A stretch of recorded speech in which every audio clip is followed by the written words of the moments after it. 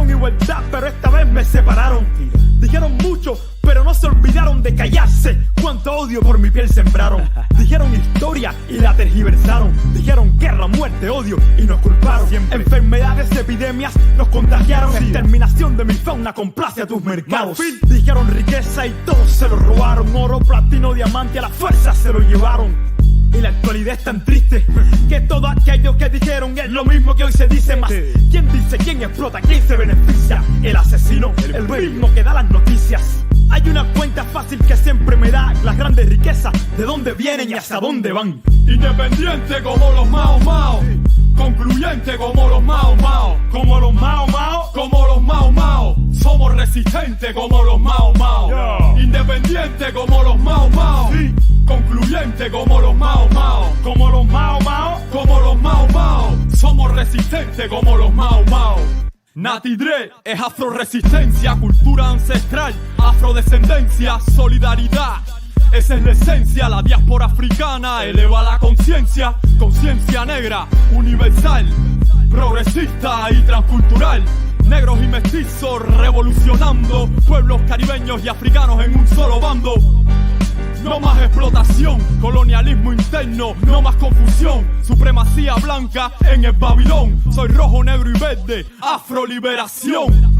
Mientras más negro, más represión. Somos creadores, recupera tu visión. Mi misión es educar con amor, contra el silencio, vivo sin temor. Independiente como los Mao Mao, concluyente como los Mao Mao, como los Mao Mao, como los Mao Mao. Somos resistentes como los Mao Mao. Independiente como los Mao Mao, concluyente como los Mao Mao, como los Mao Mao, como los Mao Mao. Somos resistentes como los Mao Mao.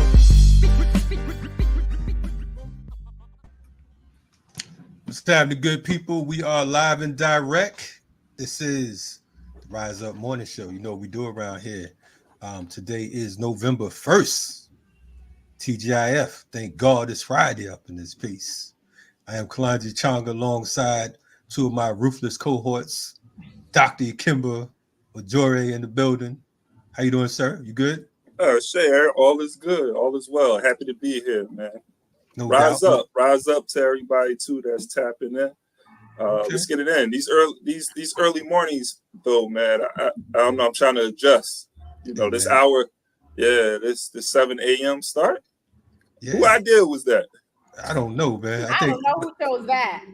Man, listen, I'm confused myself. You know what I'm saying? It had to be one of the dashikis. You know what I'm saying? Blame it on the dashikis. That's how Blame it on the dashiki. These revolutionary nationalists, man, they always trying create these. Yeah, I'm starting. You get it started early on a Friday. You got to get up early, huh? You know what I'm saying? You know what it is, man. The enemy never sleeps, so you got to get up early. Tell Natasha, look at Natasha track like she on my side for about 2 minutes. Anyway, we got Natasha. I'm leave it alone. I ain't gonna put Natasha out there. Somebody behind the scenes going against the 7 a.m. start, but you know, I ain't going. Okay. You know. They was bugging. They was like 7 a.m. Who gets up at 7 o'clock? What y'all be doing out there? Some sister, some Haitian sister in Brooklyn. Also, we have Natasha X in the building. What's happening, Natasha? We know you didn't say that. Not me. I like the early mornings. Okay. Well, since you like the early morning, we're gonna put you up top up here. I'm gonna get down. There we go. Down this road. Rise and shine, man. But yeah. Rise up, everyone. Welcome. Yes. No, it's good to be at the end of the week.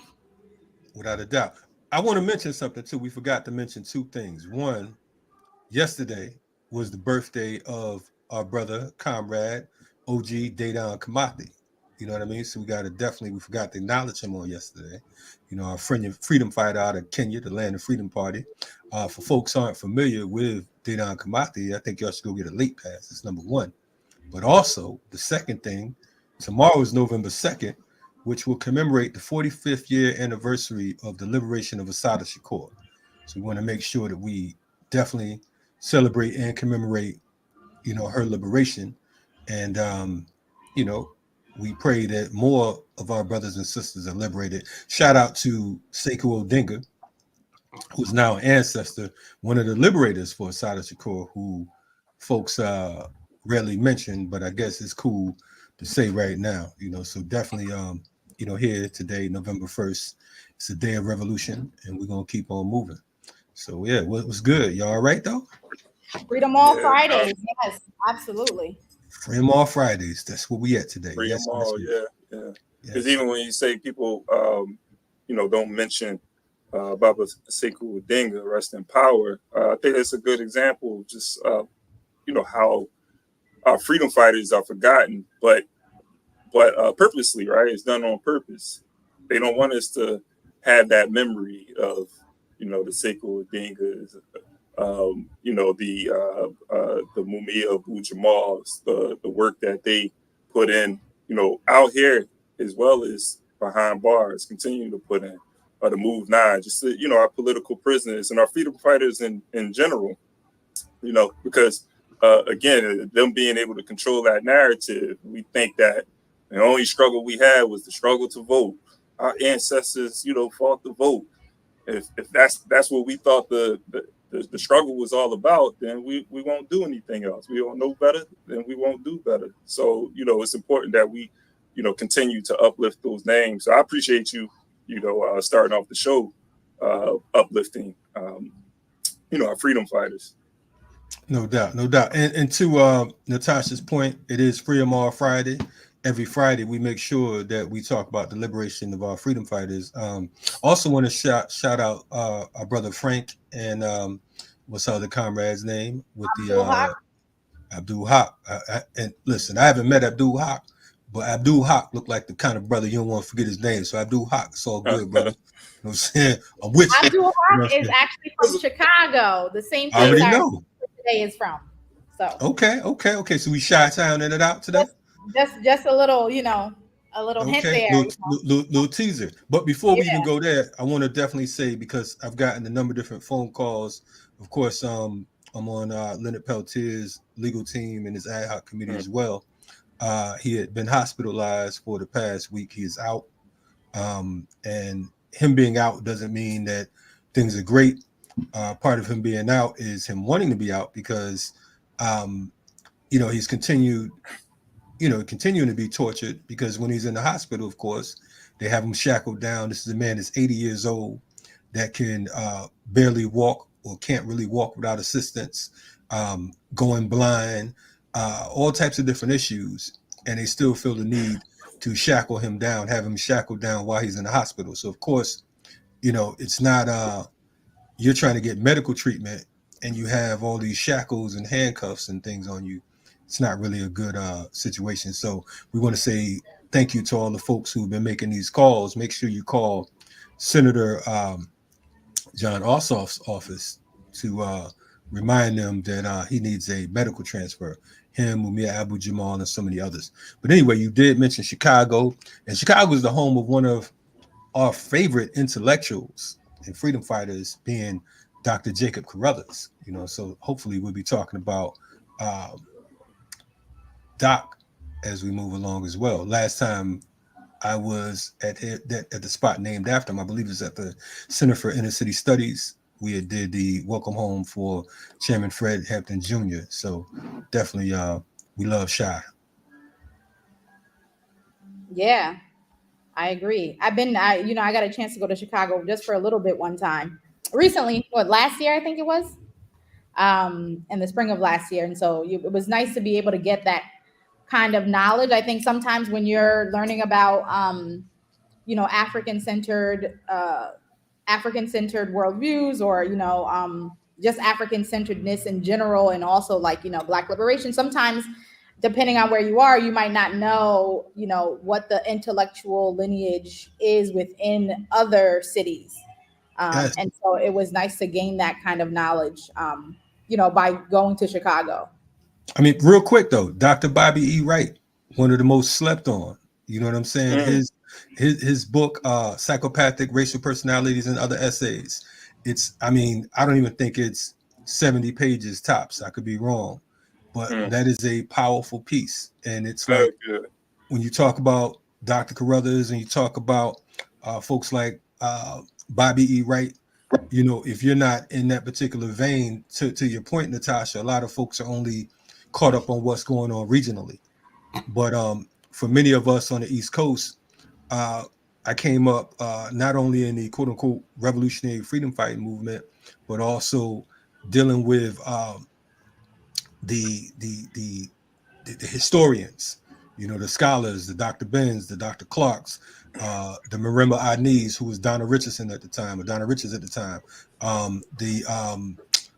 what's my man, Theophile Benga, who wrote with Sheikh Ali Joe, and so many others that came through. So at the First World Alliance out in New York, every week, every Saturday, we would go out and check out these lectures, and that's something that we're looking to emulate here in Atlanta with the African Liberation in Chile that we're starting out in this way. So, shout out to all the fighters. But anyway, yeah. So, in speaking about Jacob Carruthers and all of those from Chicago, we're bringing on, our guest today is Dr. Kamau Rashid, who's from Chicago, and writes about and is within the intellectual lineage of many of the ones that we talked about, especially Jacob Carruthers. So before we get him on, I just wanted to do a little intro bio, just so people kind of get an idea of who he is. Of course, once we get him on, we'll have him talk a little bit more about who he is and what he does. But Dr. Kamau Rashid is a professor and founding director of the Leadership, Equity, and Inquiry doctoral program at Northeastern Illinois University in Chicago. His work explores social theorizing in the African world with a special focus on the role of culture as an instrument of social and political transformation. He is the author of the book Jacob H. Carruthers and the Restoration of an African Worldview, Finding Our Way Through the Desert. Additionally, he has published articles on various topics, including hip hop as a means of critical education, African languages as vehicles for liberation, capoeira as a healing modality, and so on. He has also explored W.E.B. Du Bois's work and its significance as a social theorist. Along with that, Dr. Rashid is a scholar / practitioner of African and African diasporan combat martial arts.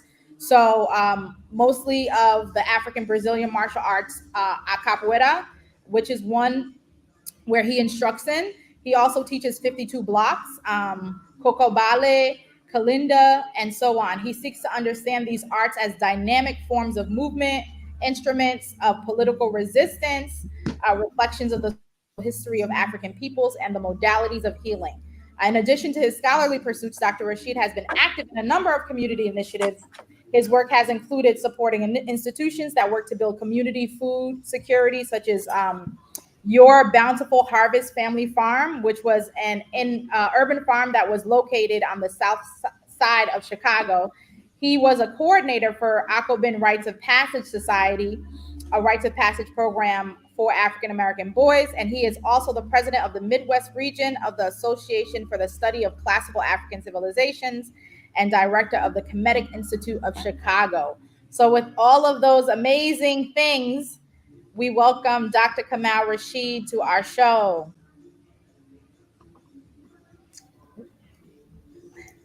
Peace, what's happening, brother? Greetings. Good to be here with you all. Man, all the work that she just announced, I feel like I ain't doing shit.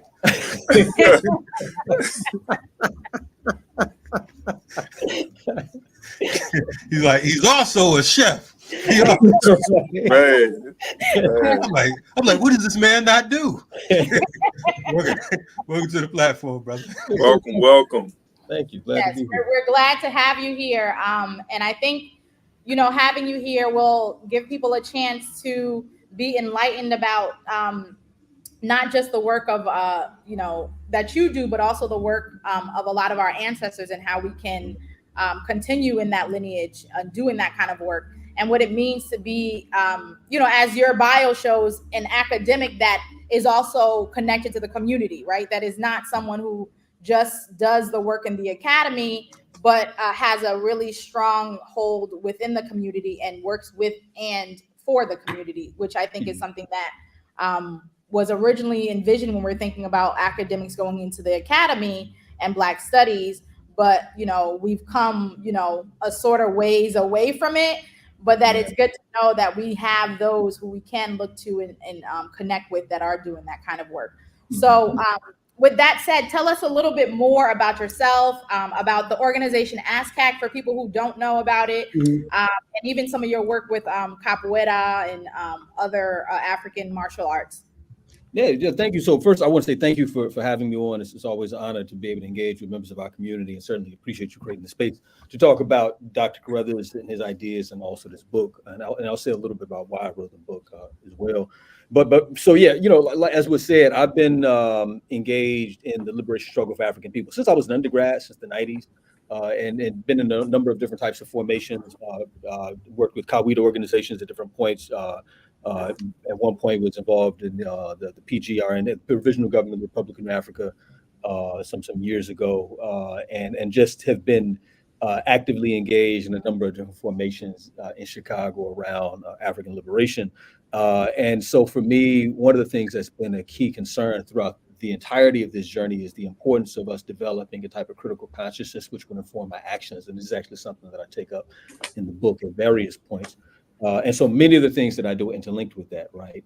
So the work that I was doing with young men in Aqua Ben, which I'm hoping to revitalize the work actually in the not too distant future.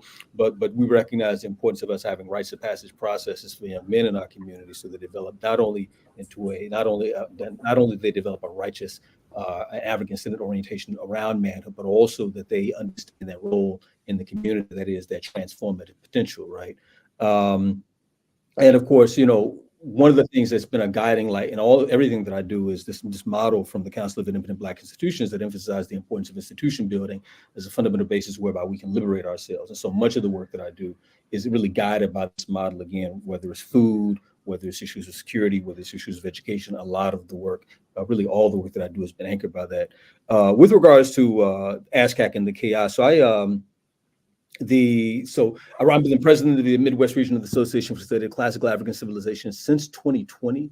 No, since late 2019. I think it was late 2019 or maybe early 2020. And really the purpose of ASCAC is to disseminate information, engage our community around a deep and meaningful process of education pertaining to history, African diasporan history, and so on. And so in the Midwest region, one of the things that we're working on launching right now, and hopefully we'll be able to launch this in early 2025, is a regional study group. We recognize that there are people in the Midwest region of ASCAC. The Midwest region consists of Michigan, Ohio, Wisconsin, Illinois, and so forth, Missouri, and the like, Nebraska, some of the states further west. But at any rate, we recognize that there are people who are members of ASCAC who aren't in major cities like Chicago. And so there we want to create a study group process for those folks to engage in. But one of the exciting things is our Midwest region conference is this weekend. So it actually starts today, November the 1st. And we'll have really a whole range of dynamic presentations. One that I'm really looking forward to is by Baba Kwaku Larry Crow, who will be presenting on the historic interconnections between Haitians and African Americans, which I think is very timely. I think we always have to be reminded of the way in which African people's efforts to liberate ourselves in this country is inextricably linked to the efforts of other Africans in the diaspora in the world to liberate themselves. And of course, beyond that, there'll be a number of other really, really insightful presentations related to language, related to leadership, related to ethics, history, and so forth. So again, that starts today. And, so for anybody that's interested, you can go to ascacmidwest.org for more information. And of course, the Kemetic Institute of Chicago. This is an organization that Dr. Jacob H. Carruthers founded in 1978 for the purpose of, again, engaging in research pertaining to ancient African history, particularly the history of Nile Valley civilization, and to promote this information in our community. And I've been the director of the KI since I think it was July or August. I have to go back and look at my notes, but I've only been the director for a short time. I'm and so one of the things that I'm very much concerned about as director is carrying this mission forward. One of the things that Dr. Carruthers is very concerned about, and again, this is something that's embedded in the book, is the importance of knowledge as a means of informing, again, our capacity to wage a liberatory struggle. And so for me, the community programs that we do. So for instance, right now we have a series that we do every fall called the Africa Forum. This month October, we talked about capoeira. So we showed a film, Jogo de Corpo, Body Games. It's a film where this one capoeira master attempts to locate the origins of capoeira in Angola. And we had a really nice discussion with my capoeira teacher, Mr. Portuvelo. And in November, this month, we'll be dealing with a couple of different films, but dealing with African dance in the diaspora with a good host of panelists. In the past, we've looked at issues of history. Last fall, we looked at the plight of Haitians in Western Dominican Republic, and so on. And of course, in the spring, we look forward to doing community programs. And I guess lastly, in terms of the martial arts. So yeah, I mean, for me, I've always been interested in martial arts, but at some point, I think it was about 24, I became interested in martial arts that were ours. One of the things that I realized in the course of learning these arts is that martial arts, they have sort of a utility. That utility is around this idea of tools of self-defense, but they also have another type of utility, which is their means to function as facilitators of historical memory, historical consciousness. And so therein, this fueled my interest in learning about these arts. And since then, of course, I became a student of capoeira, later a teacher of capoeira, as well as a number of arts. So these days I primarily study and teach the Afro-Brazilian art of capoeira, the Afro-Puerto Rican arts of Coco Baile and Calenda, as well as the Afro-Cuban art of El Juego de Mani, and of course the African-American art of 52 Blocks. And I'm familiar with a number of other arts, but again, these arts are very powerful, and in many instances they are anchors of historical memory. So whether we're talking about Tir Machete from Haiti or Esgrima Machete from Colombia or what have you, these arts are anchors of historical memory, and so they ground us not only in a consciousness of who we are, but also they inform. I think they are reminders of the fact that as African people we're at war. Right. And those who are at war have to be ever vigilant. And preparation for warfare is in part psychological. And so these arts also deal with that. I was literally sorry, I think Natasha might be froze, but or muted. Did you have something to say, Natasha? Go ahead, Kalonji. I was on mute. That's how we stop her around here. No, we definitely Baba Kamau, I definitely appreciate what you're bringing to the table. First of all, just coming from an era where it's as I tell folks all the time, even calling yourself an African nowadays is a revolutionary act. Mm-hmm. That's number one. But we were speaking the other day. I was talking to someone yesterday, in fact, because here in Atlanta, my brother Balogun Oj Tade, he does he's over the African Martial Arts Institute, and my brother Wise has 52 Blocks ATL. So to hear this is refreshing. And then you coming on talking about Jacob Carruthers. I'm like, man, it's a wonderful thing, because it seems that, and I hate to sound like old heads, but our particular generation, our era, you know what I'm saying? I think that we had a certain hunger, thirst, and desire, because we actually had the opportunity, unlike many other eras, to sit in front of our elders, to sit at the feet of our elders. Not just right now, it's a whole digital thing. So it's a little different. So you can pop in the Amos Wilson piece, or you can pop in the Dr. Clark, but it don't hit the same because of the fact that you don't understand the context, or or you can't feel them spiritually. You know what I'm saying? You can hear it and you can take away, but it's interrupted. So I definitely appreciate that. But I would like to, my question, if it's cool, is for folks who don't know, talk to us about who Dr. Jacob Carruthers is, because I think that, his name is, he's definitely underrated.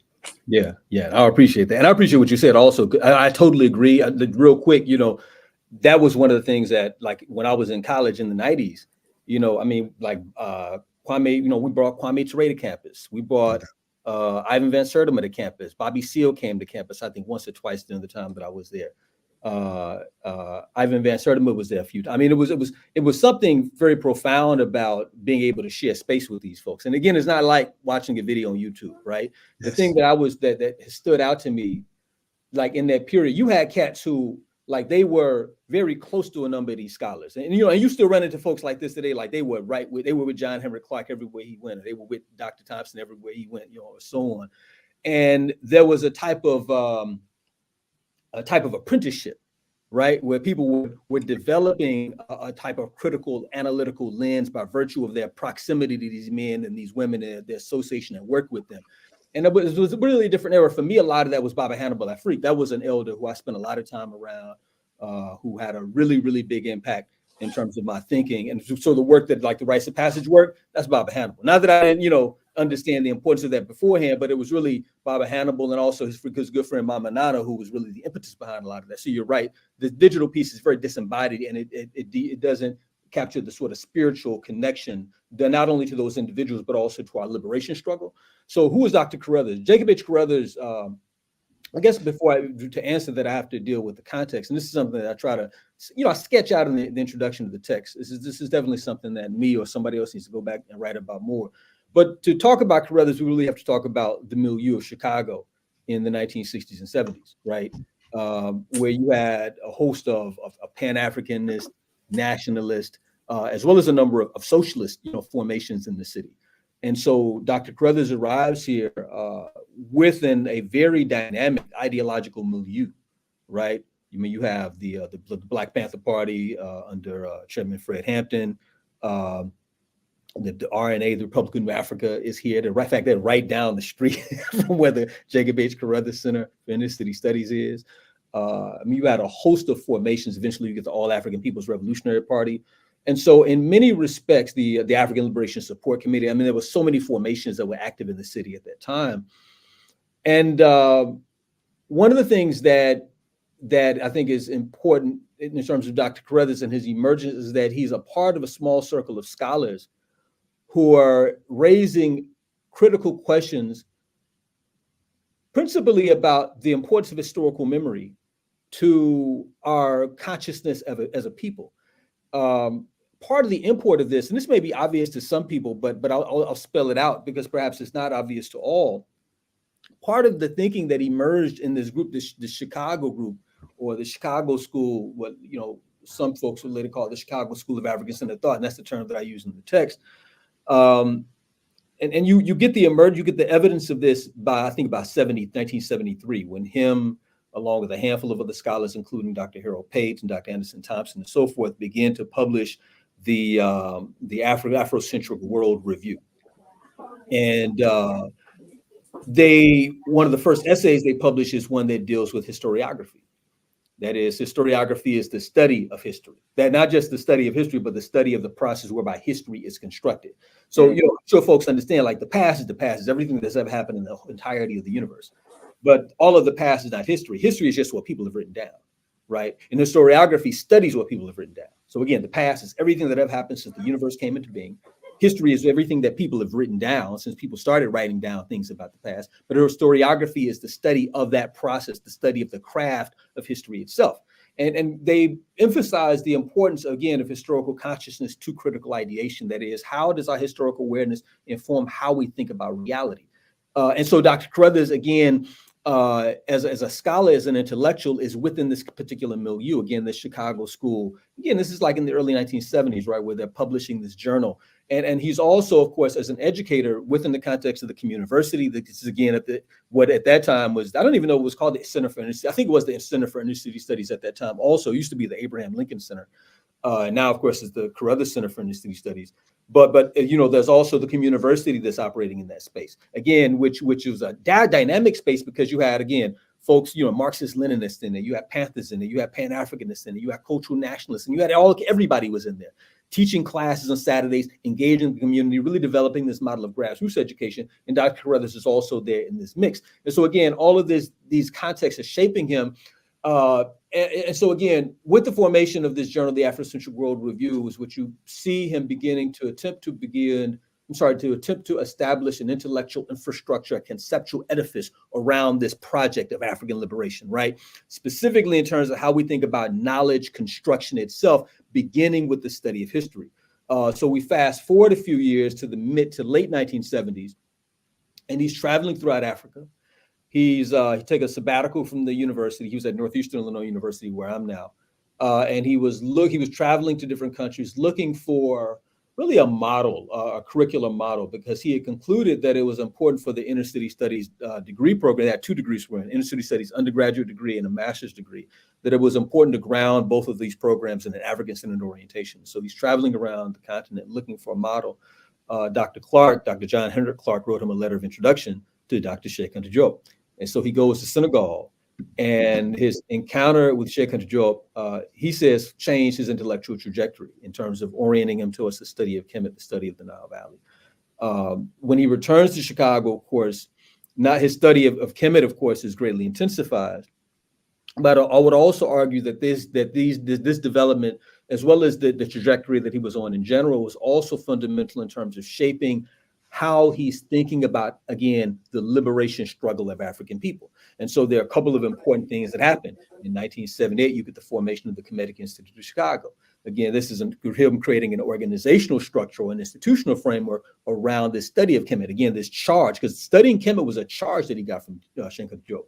And again, the formation of the Kemetic Institute was really the institutionalization of that charge. One of the things that is important that I think Dr. Carruthers understood, that if we're serious about something as African people, if we're serious about something that is fundamental towards our continued existence as a people, our liberation as a people, such work is too weighty for us to take it on singly as individuals. But this is work that must be shared, right?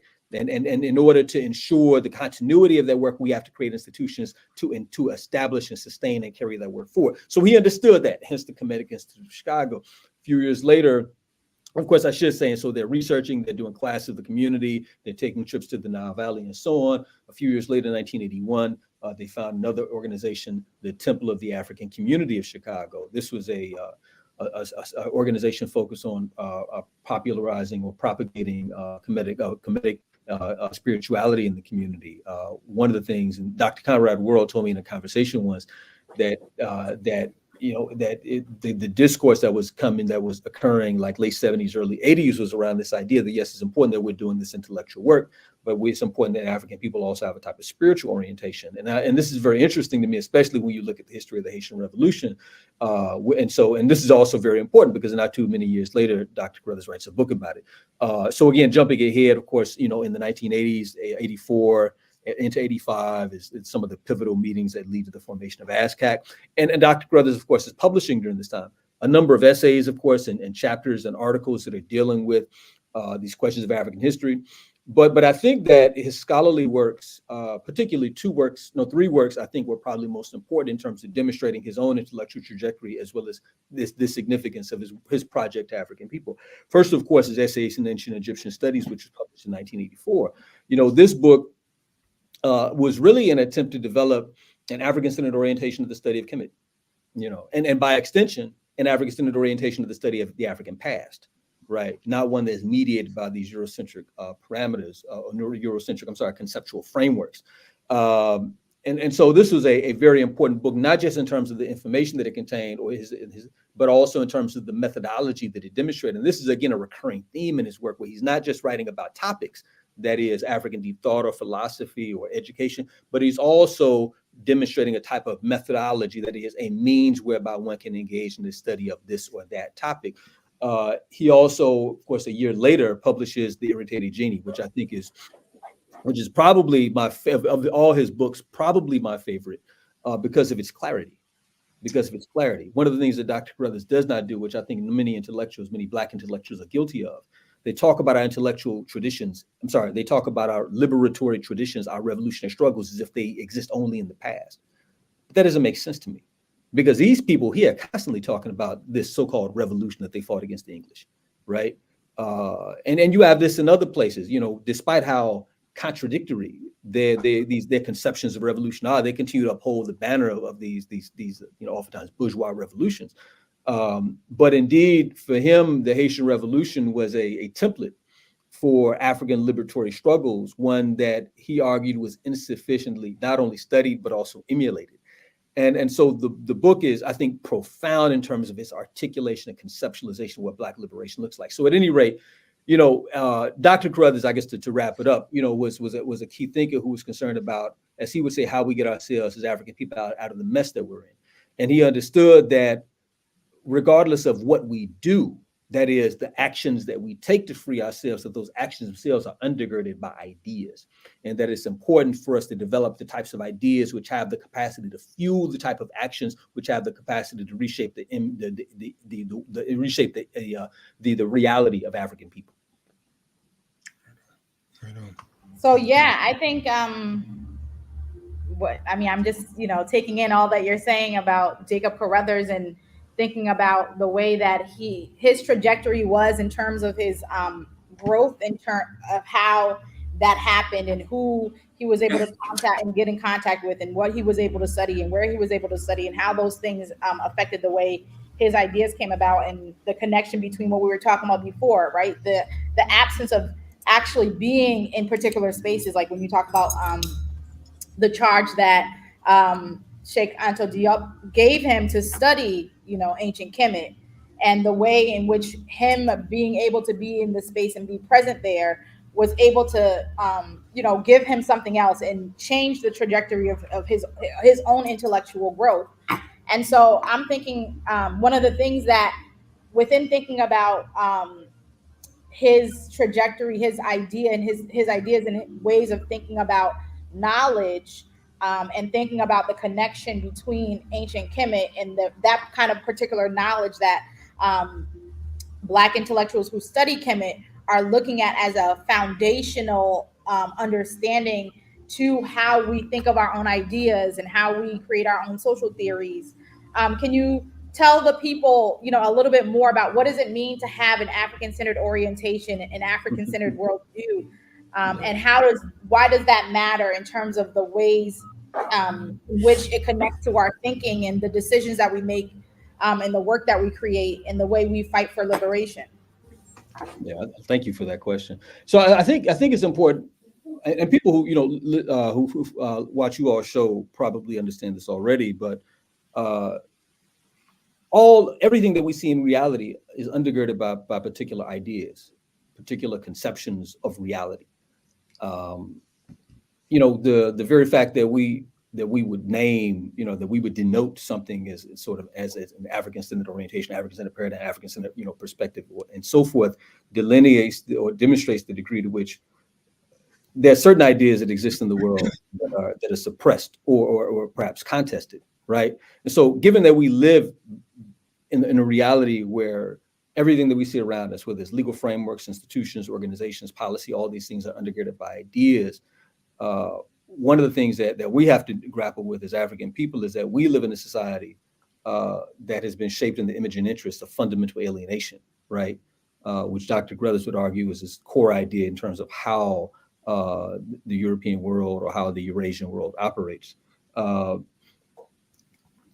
The African, for him, he would argue that an African-centered worldview, an African-centered worldview, an African worldview, is a worldview that's based on an understanding of reality from the image and interest of African people.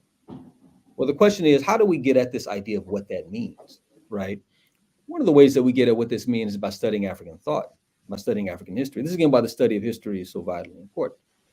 When we look at points in the past, particularly points where African people are engaged in the process of sustaining themselves, absent a need to be in a responsive or a reactive posture to others, these are often instances where that worldview is most salient or most evident, right? Which is again why I think for scholars like Carruthers, as well as scholars like Sheikh Anta Diop and Theophilo Bing and so many others, Kemet was significant because for a long part of its history and different points of its history, Kemet is power economically and politically was preeminent, and therefore they were not in a reactive posture in the same way that, let's say, we find ourselves in now, especially in the diaspora. So an African worldview is again a way of seeing reality. So a way of seeing reality in this totality from the image and interest of African people. If we were to break worldview down into, let's say, its constituent elements, worldview will consist of things like value orientation. Worldview will consist of things about basic assumptions about the nature of reality, or like our beliefs about the nature of reality, our beliefs about the nature of humanity. It would consist of certain ideas about the nature of knowledge itself, that like, what does it mean to know something, right? So an African worldview encapsulates all of these things, right? The totality of how people understand reality. And the reason why this is not only important, but also difficult to get at is because we're like, fish swimming in the ocean. Water is all around us. And so, we accept the very existence of water as a given. And so we don't have to spend a lot of time trying to figure out what is the molecular makeup of this medium that I'm existing in. Like, why do you need to ask? A fish doesn't know it's wet. I think that's a proverb or a yeah. fish doesn't know it's wet. Exactly. And so therein, for him, the reason why he argued that an African worldview was so important is that it is important for African people to be able to see reality outside of the context, outside of the conceptual strictures of the enemies of African people. And why does this matter? I would argue that it matters in a number of ways, but I'll put this in the context of the present moment. We are, election day is next week. And I'm always, election time is always interesting to me because it tells me a lot about how African people, because I'm not really about this, but I'm particularly interested with how African people are thinking about this. And so one of the things that's always interesting to me around election time is how our notions of futurity, right? How our beliefs about the future, how they're played out during these periods. And it's interesting to me, and I've been hearing discourse for at least the last 20 years or so, maybe 24 years or so, where people are saying, well, look, if this person wins, that person wins, the world will fundamentally change and the world will go in this direction. I'm not contesting whether or not any of that is true or false. I'm not in on that. What is interesting to me more generally is that what these ideas or what these statements say about how we see our significance, right? Our capacity to shape the world. And this is a big difference between us, and our ancestors. Again, which is, one of the things you see when you look at these ancient societies. Like if you read, for instance, and some of your viewers doubtlessly have the Epic of Sunjata, and the ending of that, the end of the Epic of Sunjata is very fascinating, because he goes about the business of shaping policy within the context of the sort of Mande cultural sphere or geographic sphere. And so it's very interesting because his notion of futurity, future possibility for the Mande speaking peoples isn't based on what they're doing in Brussels, what they're doing in London, what they're doing in Russia. It's about their worldview and them operationalizing their worldview really unconsciously, because again, their worldview is not contested by another. Or similarly, when you look at one of the texts that Dr. Carruthers would often refer to, the Ptahhotep, the instructions of Ptahhotep, who was a political leader, but also a sesh or not a sesh, I'm sorry, I could say a wise teacher, Seba, right, in ancient Kemet. In his instruction, he goes through delivers a number of maxims, that is, a number of ideas or things that one should do in order to be a good person, as it were. And again, Ptahhotep is not linking this or not grounding this in some idea of what people say is right or wrong in Western Asia, what people are saying are right and wrong somewhere in Northern Europe. It's all operating from their vantage point. And so part of the implications of having an African worldview, and us developing an African worldview, is that it gives us a place to stand and to a vantage point from which we can see reality, both in how we interpret not only the past, and this is what I think a lot of people, particularly people who are critical of African-centered scholars, they believe that African-centered scholars are obsessed with the past, or obsessed with Kemet. And I think people who understand this project understand that all of this is about how we understand our present and also how we understand the future. One of the things that is very apparent has created a particular world order which is not sustainable, right? And so we may, at the very, the West, having engaged in the type of plunder of the Earth's ecosphere, may very well bring our species to the point of extinction within the context of the next 100 years. Again, that's a particular set of structural arrangements that emerges out of a particular worldview. It begs the question of, if we're concerned about creating a future, how we understand the future, how we interpret the future, how we think about our relationships to one another, our relationships to the earth, our relationships between other peoples, and so on and so forth. So again, an African-centered worldview, and an African worldview, I should say, is a worldview that's based on the conceptual frameworks of African people. Our culture, our worldview, our understanding of reality, our values, our beliefs, our assumptions about the nature of reality, our ways of knowing in their totality. And the beautiful thing is that there are myriad expressions of this, whether we're talking about the Nile Valley, which was Dr. Carruthers wrote about the Nile Valley to a significant degree, but we also find this worldview extant or present among African people throughout the African world, including the African diaspora. Real quick, I'm sorry, and I'm gonna pass the mic to Kimber. I know I know he's over there reading and studying your book, so you can come correct. He's right. He's taking his notes. Yeah, that's what he's doing. I know my brother. See, I'm with you. Right? He think I'm playing. See how they treat me, Kamau, every time I step up. Y'all back think I'm joking. But anyway, I want you said a number of different things that are so vital right now. You talked about Sunjata, you talked about Ptah and this African worldview. And as you know, I'm not, and I'm talking to the family on the screen right now, because I know that there are different thoughts that are out there right now. But I want to know, and I'm stressing this because the things you spoke about when mentioning these brothers, these ancestors, etc., so on and so forth, is you talked about them not being concerned about what Europe is doing, what Asia is doing, so on and so forth. When today, oftentimes, it's the opposite. It's like we're looking to some of these peckerwoods. I'm gonna just say that. You know what I'm saying? We gotta know what would Marx do, what would Lenin do, what would Stalin do, what would, you understand what I'm saying? Right, What would Mao do? And we totally forget that we have an African worldview and that we existed before they even knew who they were.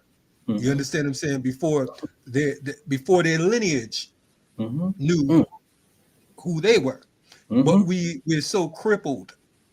And I just, I'm thinking about African martial arts as well. You know what I'm saying? And I know that, I got a lot of people we love, but it's just like it's overlooked, as if like, for us, and again, you and I, this is our first time speaking. I know of your work. You know what I'm saying? I think we've seen each other in passing or whatever throughout the decades, right? But for you, I'm quite sure, again, coming from this particular era, if we knew where to find African martial arts in the early 90s or the 80s or whatever, or we knew how to find Dr. Carruthers, or we knew how to find Bobby E. Wright, so on and so forth, you'd have been on it like pun intended, white on rice. You understand what I'm saying? So the confusion lies, like now that it's like readily available, why are we still looking for Mr. Miyagi? Why are we still looking for, like I said, for Marx or whoever? And this is not a diss to anyone, because however you get down is how you get down, as long as you're on the right side of the barricade. So don't be coming to me talking about someone, oh, he said such and such, whatever. We can get a little deeper, but we're not going to go too deep, because we know everything's not politically correct. And we don't really care about that because we know the politics aren't correct. But I just want to ask you, like, how important is this African worldview? Because I don't know, man. It's just like the culture itself seems to be looked at as abstract. You know what I'm saying? So I don't know. Maybe I'm tripping. I don't put you in this beef. Now we ride together. But go ahead. No, I love that. If I could, just a quick add on to that while you're answering that, could you get into like a difference too in talking about African history and African people from an actual like African worldview? Because you can teach about Black history and think that you get what I'm saying. So like, yes, sir. Yeah, and put on a Chinese dashiki. But anyway, go ahead. Yeah. So I really appreciate that question, and it's it's interesting you raise that, because I've come at this from two vantage points. I remember when I was I got my master's degree at Northeastern Illinois University at the Center for Inner City Studies. So I was with Dr. Carruthers and Dr. Anderson Thompson and Dr. Conrad Worrell and others, and it had a profound impact on my thinking. Like I said, I was already a nationalist. I was a nationalist when I got there, but they sharpened my lens, to be sure. And so from there, I went to graduate. I went to get my PhD, and it was interesting to me, because one of the things that I noticed is that when I was in grad school is that I encountered all these people who were deeply entrenched in these Western theories, whether it was Marxism or feminism and so forth. And I was an outlier. I was an outlier because I'm trying to do this work from an African-centered standpoint, and beyond that, I'm a nationalist, right? And one of the so it was interesting to me. Of course, one of the things that I eventually concluded is that there's no incentive, in mainstream institutions to operate from the interest of the unambiguous interest of African people. There's no incentive for that, And you see that people reveal that in a number of ways, and people act upon that even unconsciously. I remember, as an aside, I remember a few years ago where I noticed there were Black people, like activist type Black folks, who would be supposedly working for Black people. They wouldn't say Black people. It was always people of color, people of color. I was just so puzzled by it. I was like, if you're talking, like, if I'm talking about Black people, I'm saying Black people. I ain't going to embed Black people in some amalgam of others, like if I'm talking about Black people. But it was clear to me also they were concerned about the political connotations of advocating for Black people, right? And then a second example, of course, the African martial arts has, been one of the things that's frustrating about teaching the African martial arts in our community is that despite the fact that this information is often rare, many people in our community, even people who you think would be appreciative of it, aren't.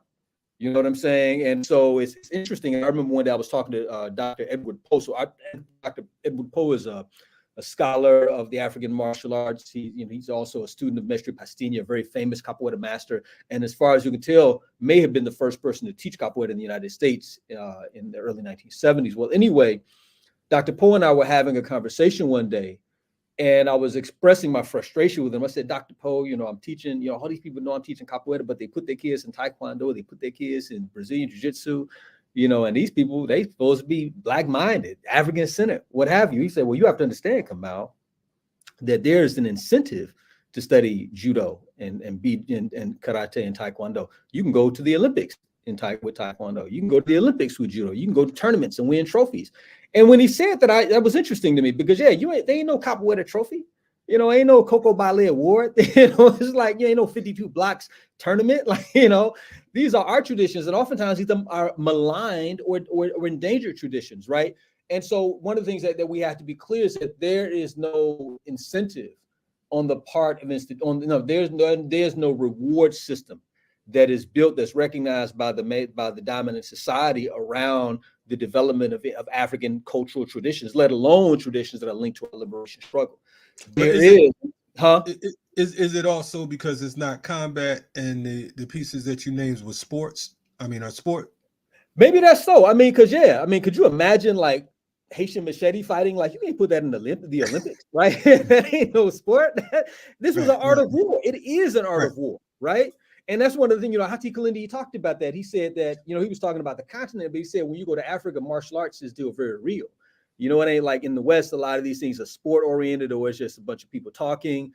But, and in other contexts, these are still arts of war. And for some of these diasporan traditions, especially the places where they have machete fighting, like in Cuba, Puerto Rico, Haiti, Colombia, Jamaica, the arts are still real. It's a life or death thing. And I think that may be a part of it also.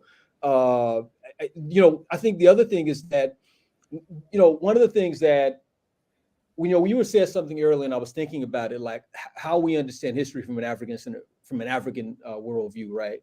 This is interesting because and again, I'll go back to the present moment. You can either look at election season, and I think somebody mentioned this earlier, where the Black history gets boiled down to Black people wanting the right to vote. Like the entirety of the history of Black people in the United States gets boiled down to people petitioning for the right to vote, which is interesting to me. I was just yesterday, in fact, I'm teaching a U.S. history class for this homeschool group. And yesterday we were dealing with the American Revolution, with revolution in quotation marks, right? As Gerald Horne would say, the counter-revolution of 1776, which I prefer to think of it as a counter-revolution. Well, anyway, I showed them a clip from this old documentary series, it's like 20-something years old. It's from, it was PBS, Slavery in the Making of America. And it's the episode Liberty in the Air, I think is the title of it. And I just showed them this clip that dealt with how Black people were responding to this war between the British colonists and the British Empire, right? And the scene, the part that I focused on was this part that focused on this African named Ty. I think Titus was his name. And Titus, he was enslaved in New Jersey. He ran off from the plantation. A few years later, he shows back up on the plantation, but now he's Colonel Ty, and he's leading a pack of soldiers. He's been fighting in the Revolutionary War on the side of the British, but he comes back to this plantation to free his family and to free his friends, to free his loved ones. And one of the things that I was impressing upon the students is that it's interesting to me because when I was growing up, I never learned about a cat like Colonel Ty. I didn't even know that, so many Black people fought on the side of the British because they saw them fighting for the British as being interlinked with their capacity, with their freedom. Instead I learned about Crispus Attucks, You know, and I'm not saying that Crispus Attucks is not someone whom we should be aware of, but to me, I would have been more uplifted by learning about a brother who went and freed his family. He went and freed his family from captivity, right? He didn't go ask that white man, hey, will you let my family? Nah, dude, you're going to let them go, or you're going to deal with the consequences. I could respect a man like that. You know what I'm saying? I can respect a man like that. And I think when we talk about understanding our history from an African worldview, it means understanding African agency within the context of that historical struggle. When I say African agency, I don't just mean, again, it's reduced to this idea of us attempting to assimilate ourselves within the structural fabric of a settler colonial society. I'm not just talking about that. I'm talking about our capacity to pursue and actualize our unfettered interests in the world. Right. And that's the idea. That is the particular stream of historical thought that often is suppressed. That's the stream of thought that is often ignored. And my point is that, and I really appreciate that you said what you said, right? Because you have people in this, again, their repertoire, their conceptual library of what it means to understand and conceptualize liberatory struggle is all Eurasian, is nothing African or nothing. And when I say African, I mean African or African diaspora.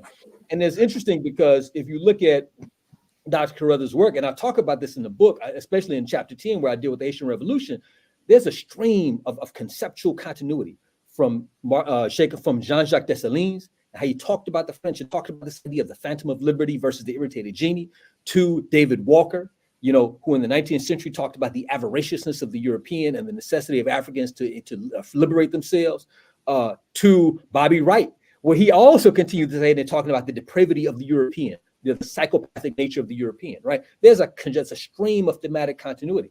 You know, these brothers weren't waiting for some Western intellectual to tell them how to, understand the behavior, the inimical behavior of Europeans towards African people, or B, to tell African people how to extricate themselves from the domination of these people. No, they were drawing upon the wisdom and knowledge which is embedded in our own traditions.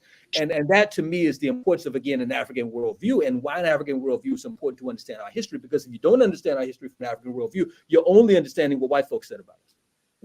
You only understand what white folks said about us.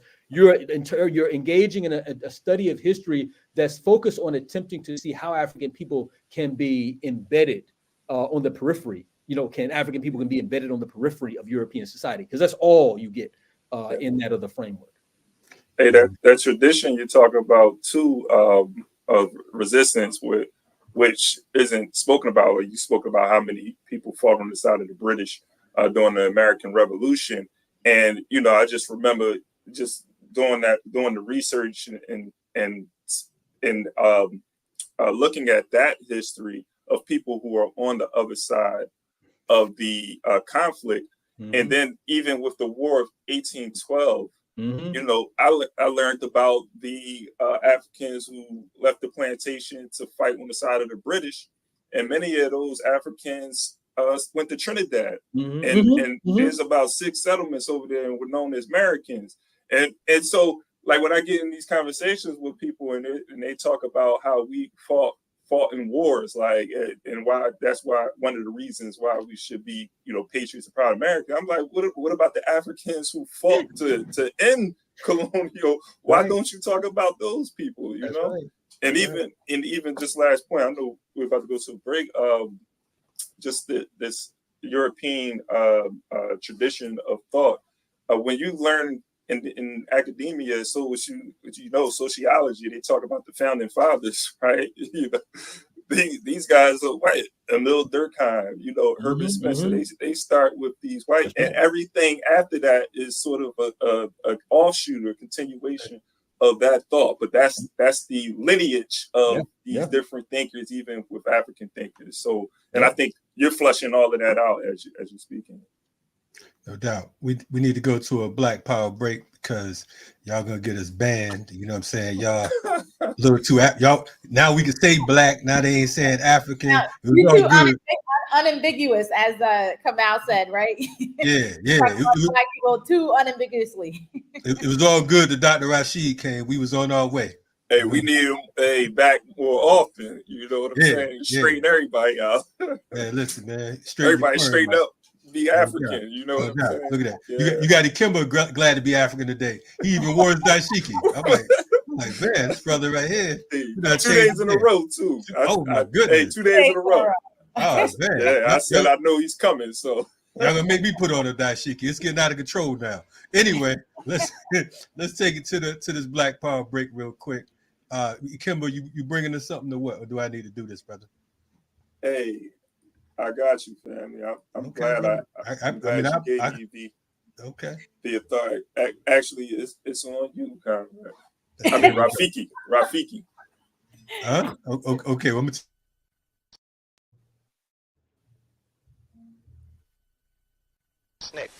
The reason I articulated the sentiments of black people was because SNCC had a public forum, not because I articulated the sentiments better than the brothers on the streets or brothers who didn't have that public forum. I don't think that you could articulate the sentiments of black people last year any better than they did in Detroit. So I think the movement is a leaderless movement, whereas we might influence people, we do not control people. Well, how does this solidarity come about if there is no specific leader?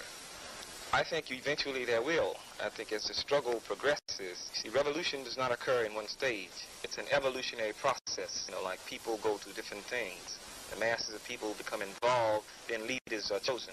Right now you have a vanguard struggle that's occurring, whereby groups are fighting about discussing political ideologies which are relevant, which should be incorporated into the struggle or will be incorporated into the struggle. That's not to be misinterpreted with, like de-revolution, because it's just a phase of evolution. What about politics? Where do black people fit into the political spectrum right now? Or should they at all? Well, politics as defined by the geographical and influential spheres of this country is irrelevant to black people and is irrelevant to the masses of people. The vote has been used as a tool of oppression against black people. I mean, Camus raises a very good point when he says, what better way to enslave a man than give him the vote and call him free? See, it does not profit black people or poor people anything to have the vote and not be able to select the candidates who they want to choose. Now, how can you choose between Lyndon Johnson, Nixon, Agnew, Wallace, and Humphrey? There is no choice. Evil is evil. There's nothing in between that. There was some lesser candidates. Dick Gregory was running for office. Eldridge Cleaver. I think the vote can only be used as a tool of organization. We can only use the vote to organize our people. Now, to really believe that we can put someone in office and that these people would be responsive to our needs is naive, politically naive. Because even if one of the black candidates who ran for office was to take the office of president, then black people must be prepared to fight against that person. Why? Because, you see, the system mandates the action of the individual. The individual does not determine how this country will function. This country works off the military-industrial complex, which means that it's profitable to wage war. And unless you, devise another plan, another scheme to sustain, to boost this economy, then it's going to be necessary to wage war, whether, a black individual is in office or a white individual is in office. Well, so we're talking about a complete a change in system. If Mr. Cleaver did win the election, don't you think that he could have conducted the presidency in a unique manner that may not be, compromising to the system you speak of? No, because, as I said, the system dictates the response of individuals. See, individuals do not influence, politically, economically, or socially. I see. The attitudes or functioning of the system. Well, if politics as we know it here in this country is not the answer, what is? I think there has to be a reevaluation of politics. Now, there are definitions of politics that are relevant to black people. Chairman Mao says that politics is war without bloodshed, and war is an extension of politics. I think black people have to begin to address themselves to the politics of revolution, because we are caught up in revolutionary struggle, whether we want to believe it or whether we want to be or not. So I think, black people have to begin to think in a revolutionary fashion and create and construct a politically revolutionary platform. Is this going to be a race revolution, or is it going to be a class revolution? I think, like in terms of struggle and who will comprise the revolutionary front of that struggle, it will be oppressed people. See, black people are in the vanguard position of the struggle because we've been the most dispossessed. However, there are other oppressed people in this country. Mexican American, the Spanish American community, the Puerto Ricans, American Indian, Japanese Americans, and even poor whites. But racism, I don't believe that racism will allow poor whites to form alliances with the revolutionary groups in this country. Do you feel that black people will ever have a strong political voice in this country in the formal sense as we understand it? You mentioned that you don't think that this could ever come about. Is there any chance that it might? No, I think that's a reformist, position to assume for me to say that black people will one day occupy in this system political offices of importance. Now, this brings on a whole discussion of control, you see, and how you control. Because anything that you don't control is used as a weapon against you. Now, You're welcome. What's happening? We are live and direct. This is the Rise Up Morning Show. That was Imam Jamel Alameen, formerly known as H. Rap Brown, one of the baddest to ever do it. Brother KR in the building, Kamau Rashid. And he keeping it black up there. He putting some black up in this black powder to make sure y'all correct today. You know what I mean? Kimber been slipping. We might have to do a trade. I don't know. So we trade, do a daishiki trade. I'm not sure. But anyway. Hey, you said on rice. When you said that, I was thinking, can we say like black on bean? Does that make sense? You said Black what? on. Black on bean instead of white on rice. Oh. Okay. Black on peas. How about that? Black on peas. Okay. Black on peas. All right. Yeah, we got it. Hey, brother Kamau, like the other day we was talking, I was thinking like even, the use of Conrad, I was like, man, I'm gonna start saying Rafiki. All right. Stop saying, we gotta do African all the way around, Africanize everything, man. Hey, brother, we agree with that. I was just telling him we're gonna stop speaking English altogether, but he don't want to hear that. Yes, sir. Yes, sir. He's like, how do I get my money? Actually, one of the things that Dr. Kamau does is look at language, right, and the use of language within the revolutionary liberation process. So actually with that, I had another question, but in terms of that, can you talk a little bit about the importance of language and the intention around language and how it connects to our struggle? Yeah, I really appreciate that. Black on bean. It's interesting to me. And I think I'm trying to remember when I first became cognizant of the fact that Black people, how we would take terms, or we would invent terms to express certain kind of sentiments. It seems like it was the 2000s where I started to encounter a lot of this. People would say like blacktastic. I think that was one of the ones. What was that? I'm trying to remember the name of the bookstore. That it was in North Carolina. It was Black something, but Blacknificent. That's what Blacknificent, right? Yeah. So yeah, this I always like when we do that. But yeah, language I think is vitally important. And was that Kamau Cambone's? It was. Yep. Yes, sir. Yep. Right on. Rising Power to Kamau Campbell. I'm sorry. Go ahead. Yeah. No, I appreciate what you said, Baba Kalonji, because there have been days where I felt that same way, man. Like I remember it was years ago, I got to this point where I'm like, I'm going to tell me some days I'm not going to speak any English, right? And I wasn't able to sustain that, but this speaking the language was problematic. And so it's interesting to me because I think language is vitally important. Let me say this, right? One of the things that's interesting to me is that, and I don't write, this comes up to a certain extent in the Carruthers book, but it really is something I lay out in a paper that I've written elsewhere. Where language, I argue that language, the reason why language matters is because language establishes the parameters of our conceptions, right? So I think there's a reason why in the 1970s people were saying Uhuru or Uhuru Sasa, freedom now, Uhuru, freedom, Uhuru Sasa, freedom now.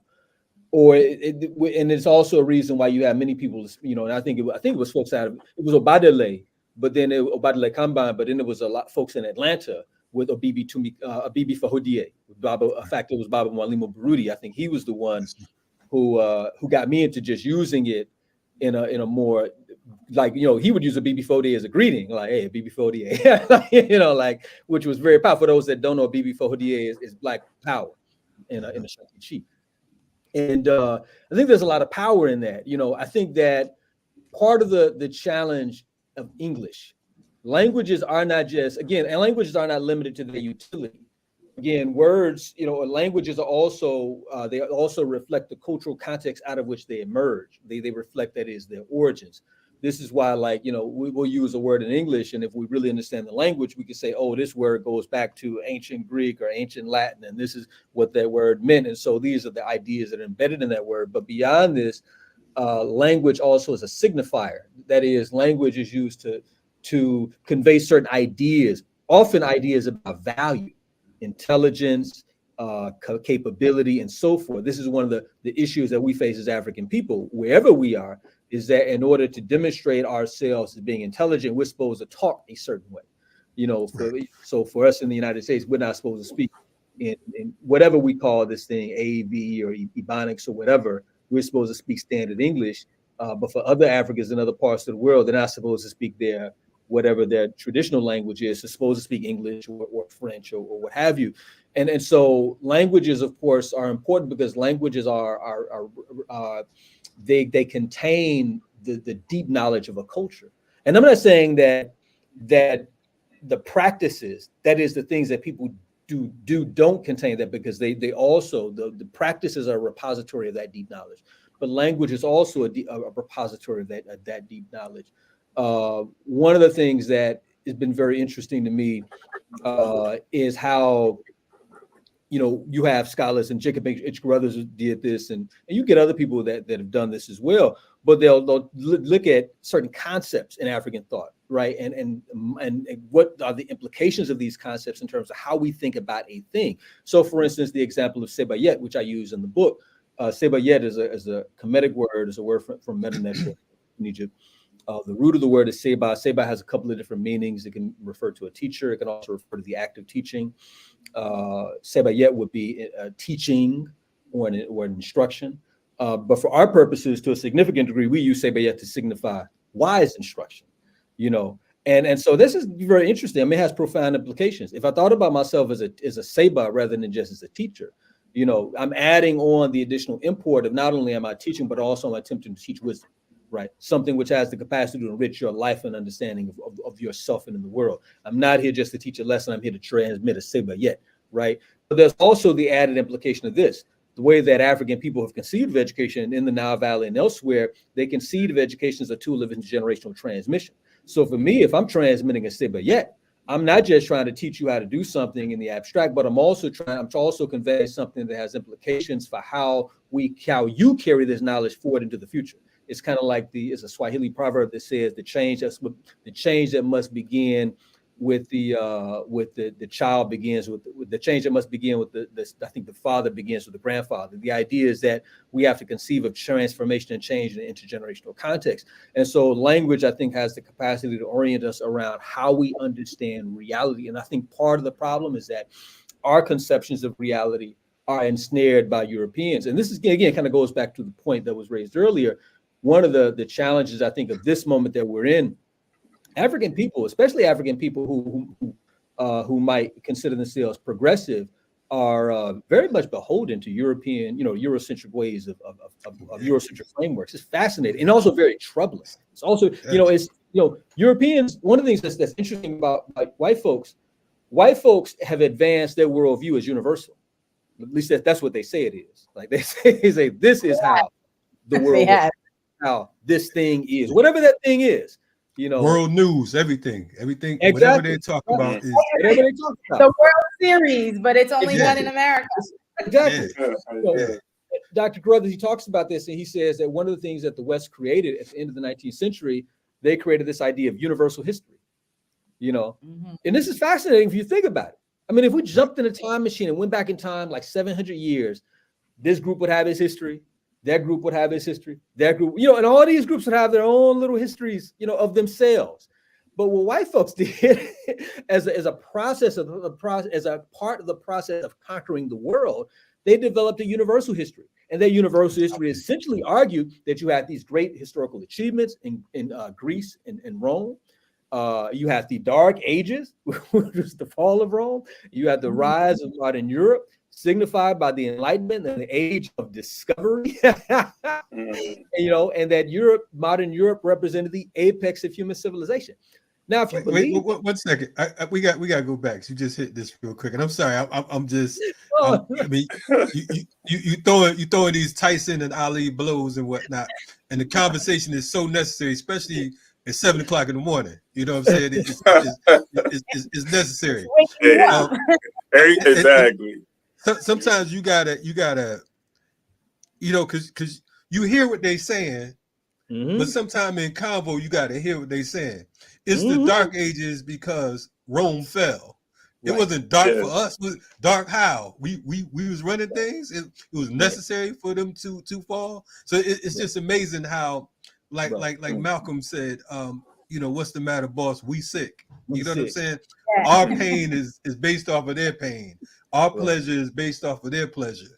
Right. Even when we talk about elections, we're really like, folks are really, I mean, the insanity of it all, the fact that there's even an argument and a debate on which one of these foods that we had no choice, thought, voice, or anything of. If before they said they was running and they said, think of 100,000 people that you would want to run for president, you wouldn't have said either one of them. You wouldn't have said neither one of them. But now, because they said, look, you got this or that, then we rolling around like we, what's the name of the song? You can get with this, you can get with that. We like, now we black sheep. You know what I'm saying? Yeah, the choice is yours. The choice is not ours. You know what I'm saying? It's not the choice of a new generation. But anyway, go ahead, man. You just got me in the waking me up early this morning.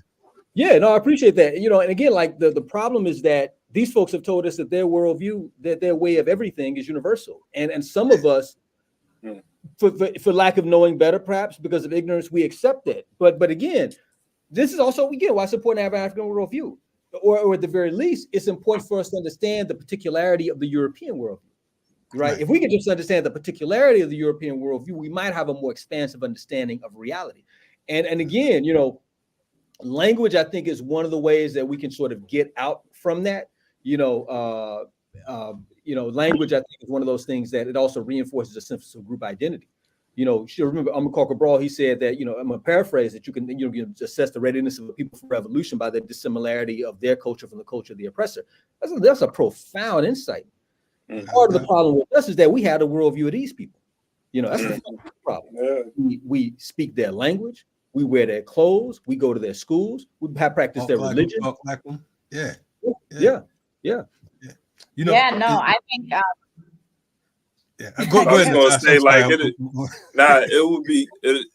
I just wanted to hear you kind of like tie in going back to historiography, because I thought that was a great point, and where we are now in the conversation when you're talking about sort of like universalizing everything, and it's going hand in hand with globalization, because when we're talking about historiography, because I have these conversations with my students as well, just like understanding the context of that time, and sort of almost like the zeitgeist too, like what's influencing the environment that's influencing the quote unquote historians to write the stories, a narrative, the way that they are.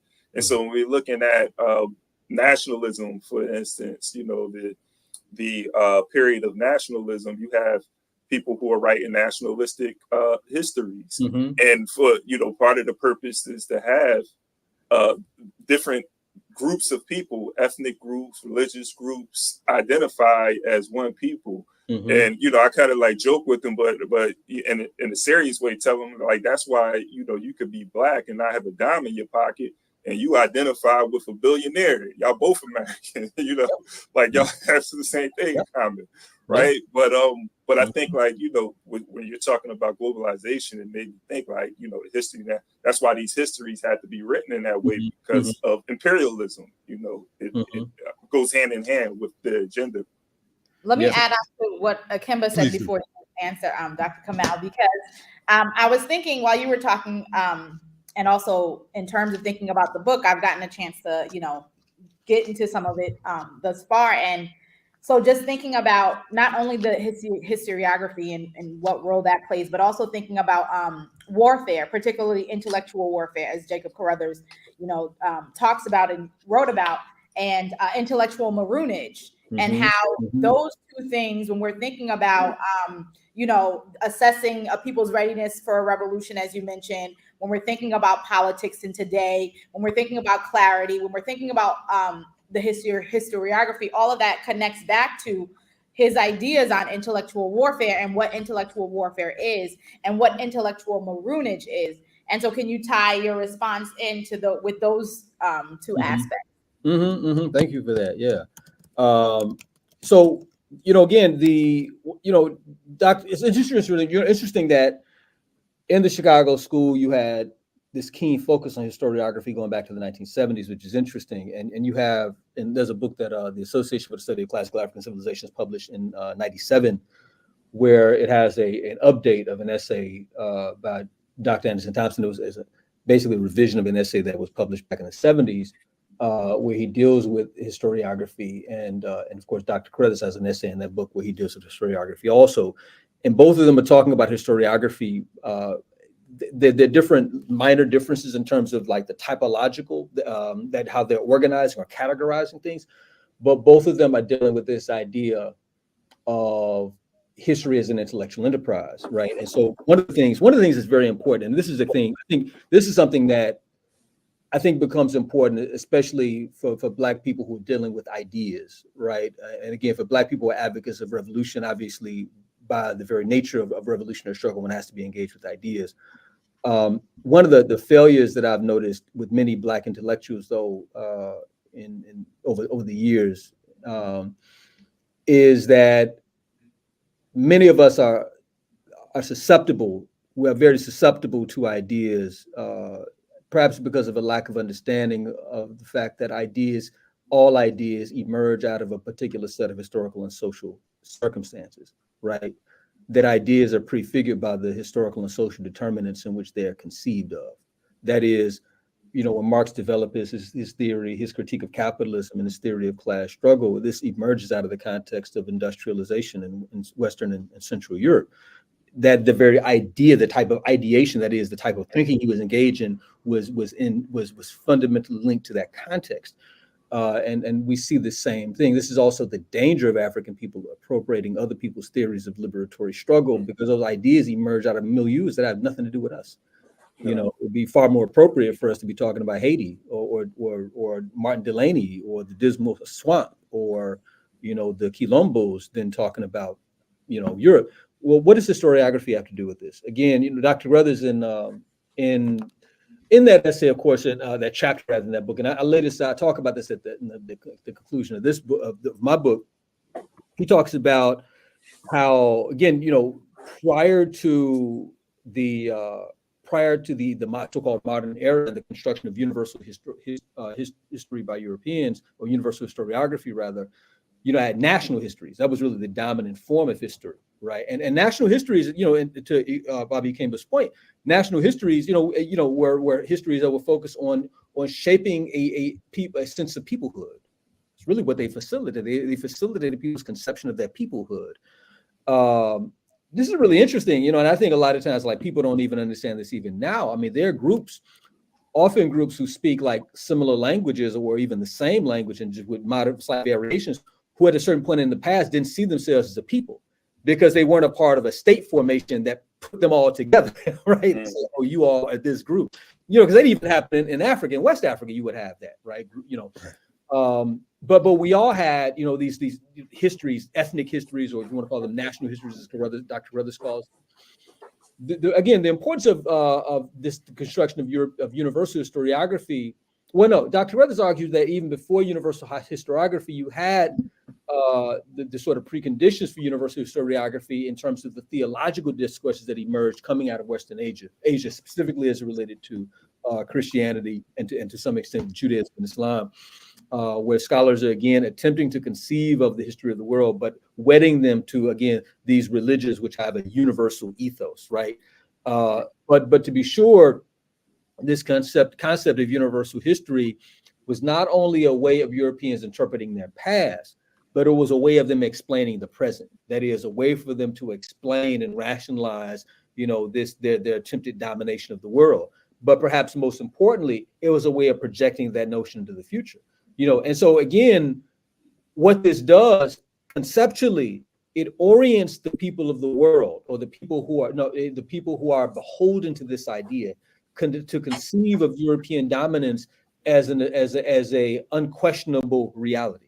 It just is. This is why political discourse among Black people, not just here in the U.S. but everywhere, is just so impoverished. Because again, the idea that we're dominated by Europeans is not even something which we debate. The debate is whether we should elect this warmonger versus this proto-fascist. I mean, that's it's problematic to say the least. But what this does then, this historiographical orientation, also what embedded within it is this idea of destiny. This idea of destiny. That it is the destiny of Europeans to rule the world. And so therein, processes like globalization are often seen by Black intellectuals, or by Black people, not just Black intellectuals, by like policymakers, right? Like business people, Black folks as a whole, as a political and economic process, rather than also a process that is emerging out of a particular stream, a type of historical imagination, or way of thinking about the future. Because these ideas, again, basically attempt to provide a conceptual basis for the creation of a world where European domination is inevitable. And so we can see this play out right now in real time with what's happening in Burkina Faso, Mali, and Niger. Right? Whenever you hear any U.S. policymaker critique what's happening in those three countries, whenever you hear, Macron or people in France critique what's happening in those three countries, it tells us a lot about the type of historiographical orientation they operate from. How dare these people throw off the yoke, or attempt to throw off the yoke of Western domination? Don't they know that Western domination is inevitable and inescapable, right? And so this is, again, part of the point. The study of the past is never just about the past. It's also about understanding the present and also the future, but going to this idea of intellectual warfare. But for Dr. Carruthers, this was fundamentally a part of it. That is, our resisting these ideas, and more than simply that, right? Because you have this, you have among like Black activists and Black intellectuals, they use words like resistance, they use words like radical, and half the time I don't even know what they're talking about. And so I hesitate. I know. So I hesitate to use those terms because I don't want people to think I'm talking about whatever they mean by resistance. For Dr. Carruthers, when we talk about intellectual warfare is the effort of African people to define reality. Just like Bobby Wright, in fact, I talk about it in the chapter on the Haitian Revolution, I talk about the ideation of Bobby E. Wright. And I talk about him because at the beginning of Irritated Genie, Dr. Carruthers deals with the way Bobby Wright's ideas informed the book. And I attempted to delve into that a little further. One of Bobby Wright's ideas, which informed how Dr. Carruthers thought about the Haitian Revolution, was this idea, the definition of reality by Black people. That is, Black people defining reality and Black people accepting Black people's definitions of reality, right? At its heart, intellectual warfare is concerned with that, right? If we decided as a people that candidate X is an enemy of African people, how would we act in relation to that, that idea? If we decided that this particular entity or this particular policy or this particular practice is inimical or antithetical to the interests of African people, how would we act in relation to that? See, the problem is that we have been conditioned to this idea that we have to be responsive to other people who are not concerned about us and our well-being or even our capacity to survive and sustain ourselves in the future. So intellectual warfare deals with our, defining reality from the image and interests of African people, not just so we can walk around in dashikis and have African names and be, there's a term I saw in some literature, Afropolitans. That was the Afropolitans, right? Cosmopolitan Black folks under the aegis of Western domination. No, that's not what the man was talking about. He was talking about a world where African people where we are seeking to actualize the restoration of African sovereignty on a global scale, on the basis of an African worldview. That's what the intellectual warfare means. Again, what are advancing and attempting to concretize the types of conceptual orientations requisite in order for us to establish or to reclaim African sovereignty on a global scale. And so therein, ideas such as this idea of intellectual maroonage are inextricably linked to that. He argued that the intellectual maroons were those Black people, those Black intellectuals who recognized that in order for us to be free, that they would have to act outside of the will of their oppressors.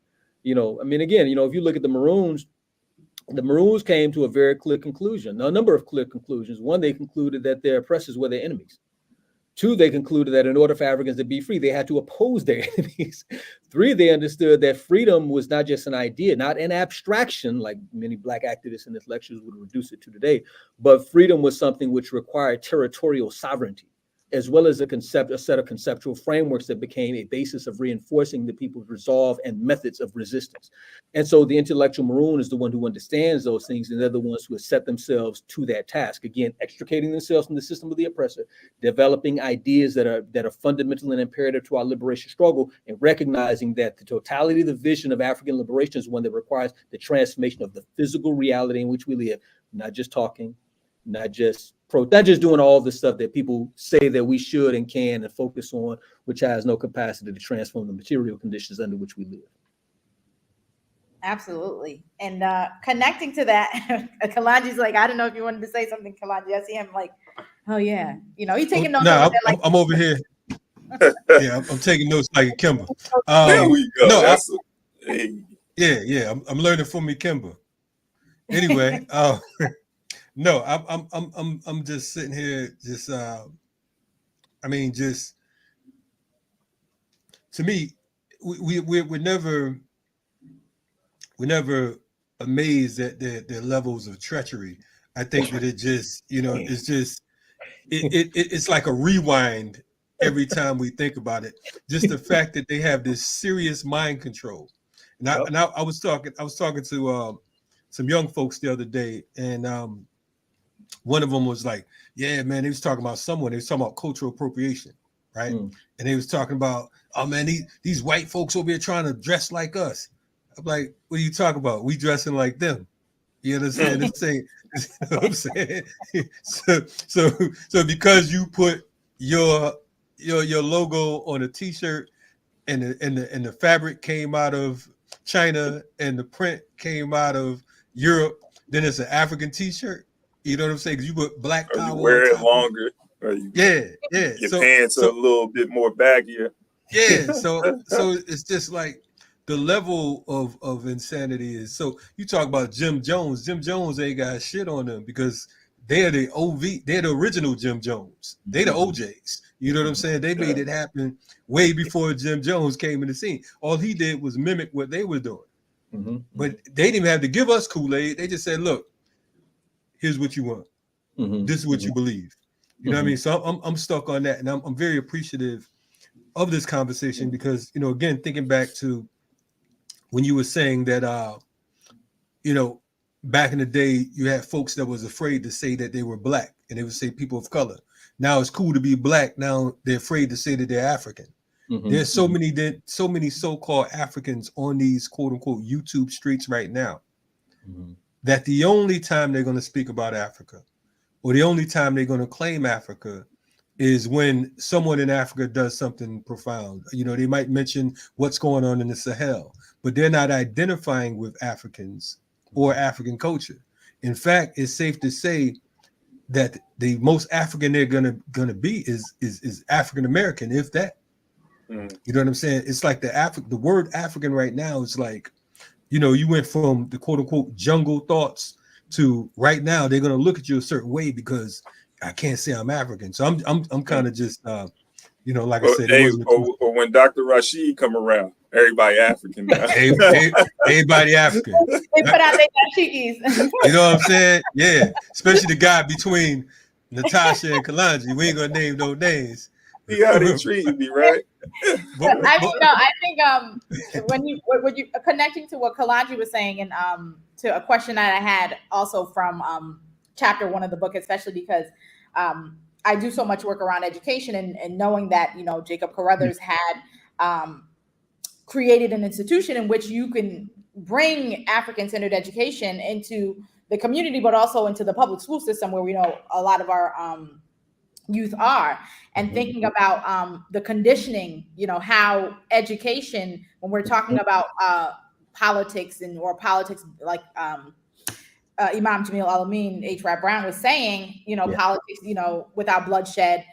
And so the ways in which we, not just through intellectual warfare or physical warfare, but how that intellectual warfare is embedded within the education system. And you know what I really liked about that the chapter 1 or the section 1 of the book, where you're having this kind of like intergenerational conversation between Jacob Carruthers and Carter G. Woodson, who wrote Miseducation of the Negro, and how a lot of people, you know, are always talking about miseducation of the Negro, but a lot of the times they don't connect the two in the way that you do, right, with the thoughts of Carruthers and thinking about intellectual warfare.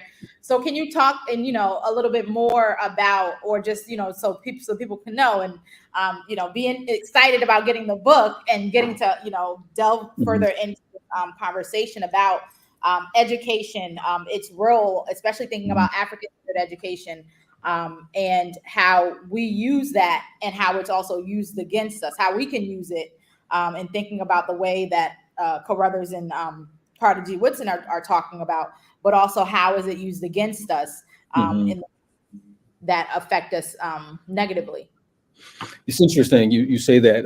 One of the things my brother Greg Kamathi Carr talks about this a lot. He talks in his writing this idea of intellectual genealogy, you know, and that was one of the things that when I was a student at the inner city in Northeastern Illinois University back in the late 90s, early 2000s, this idea of intergenerational or intellectual genealogy was an idea that I was sort of being inculcated into, right?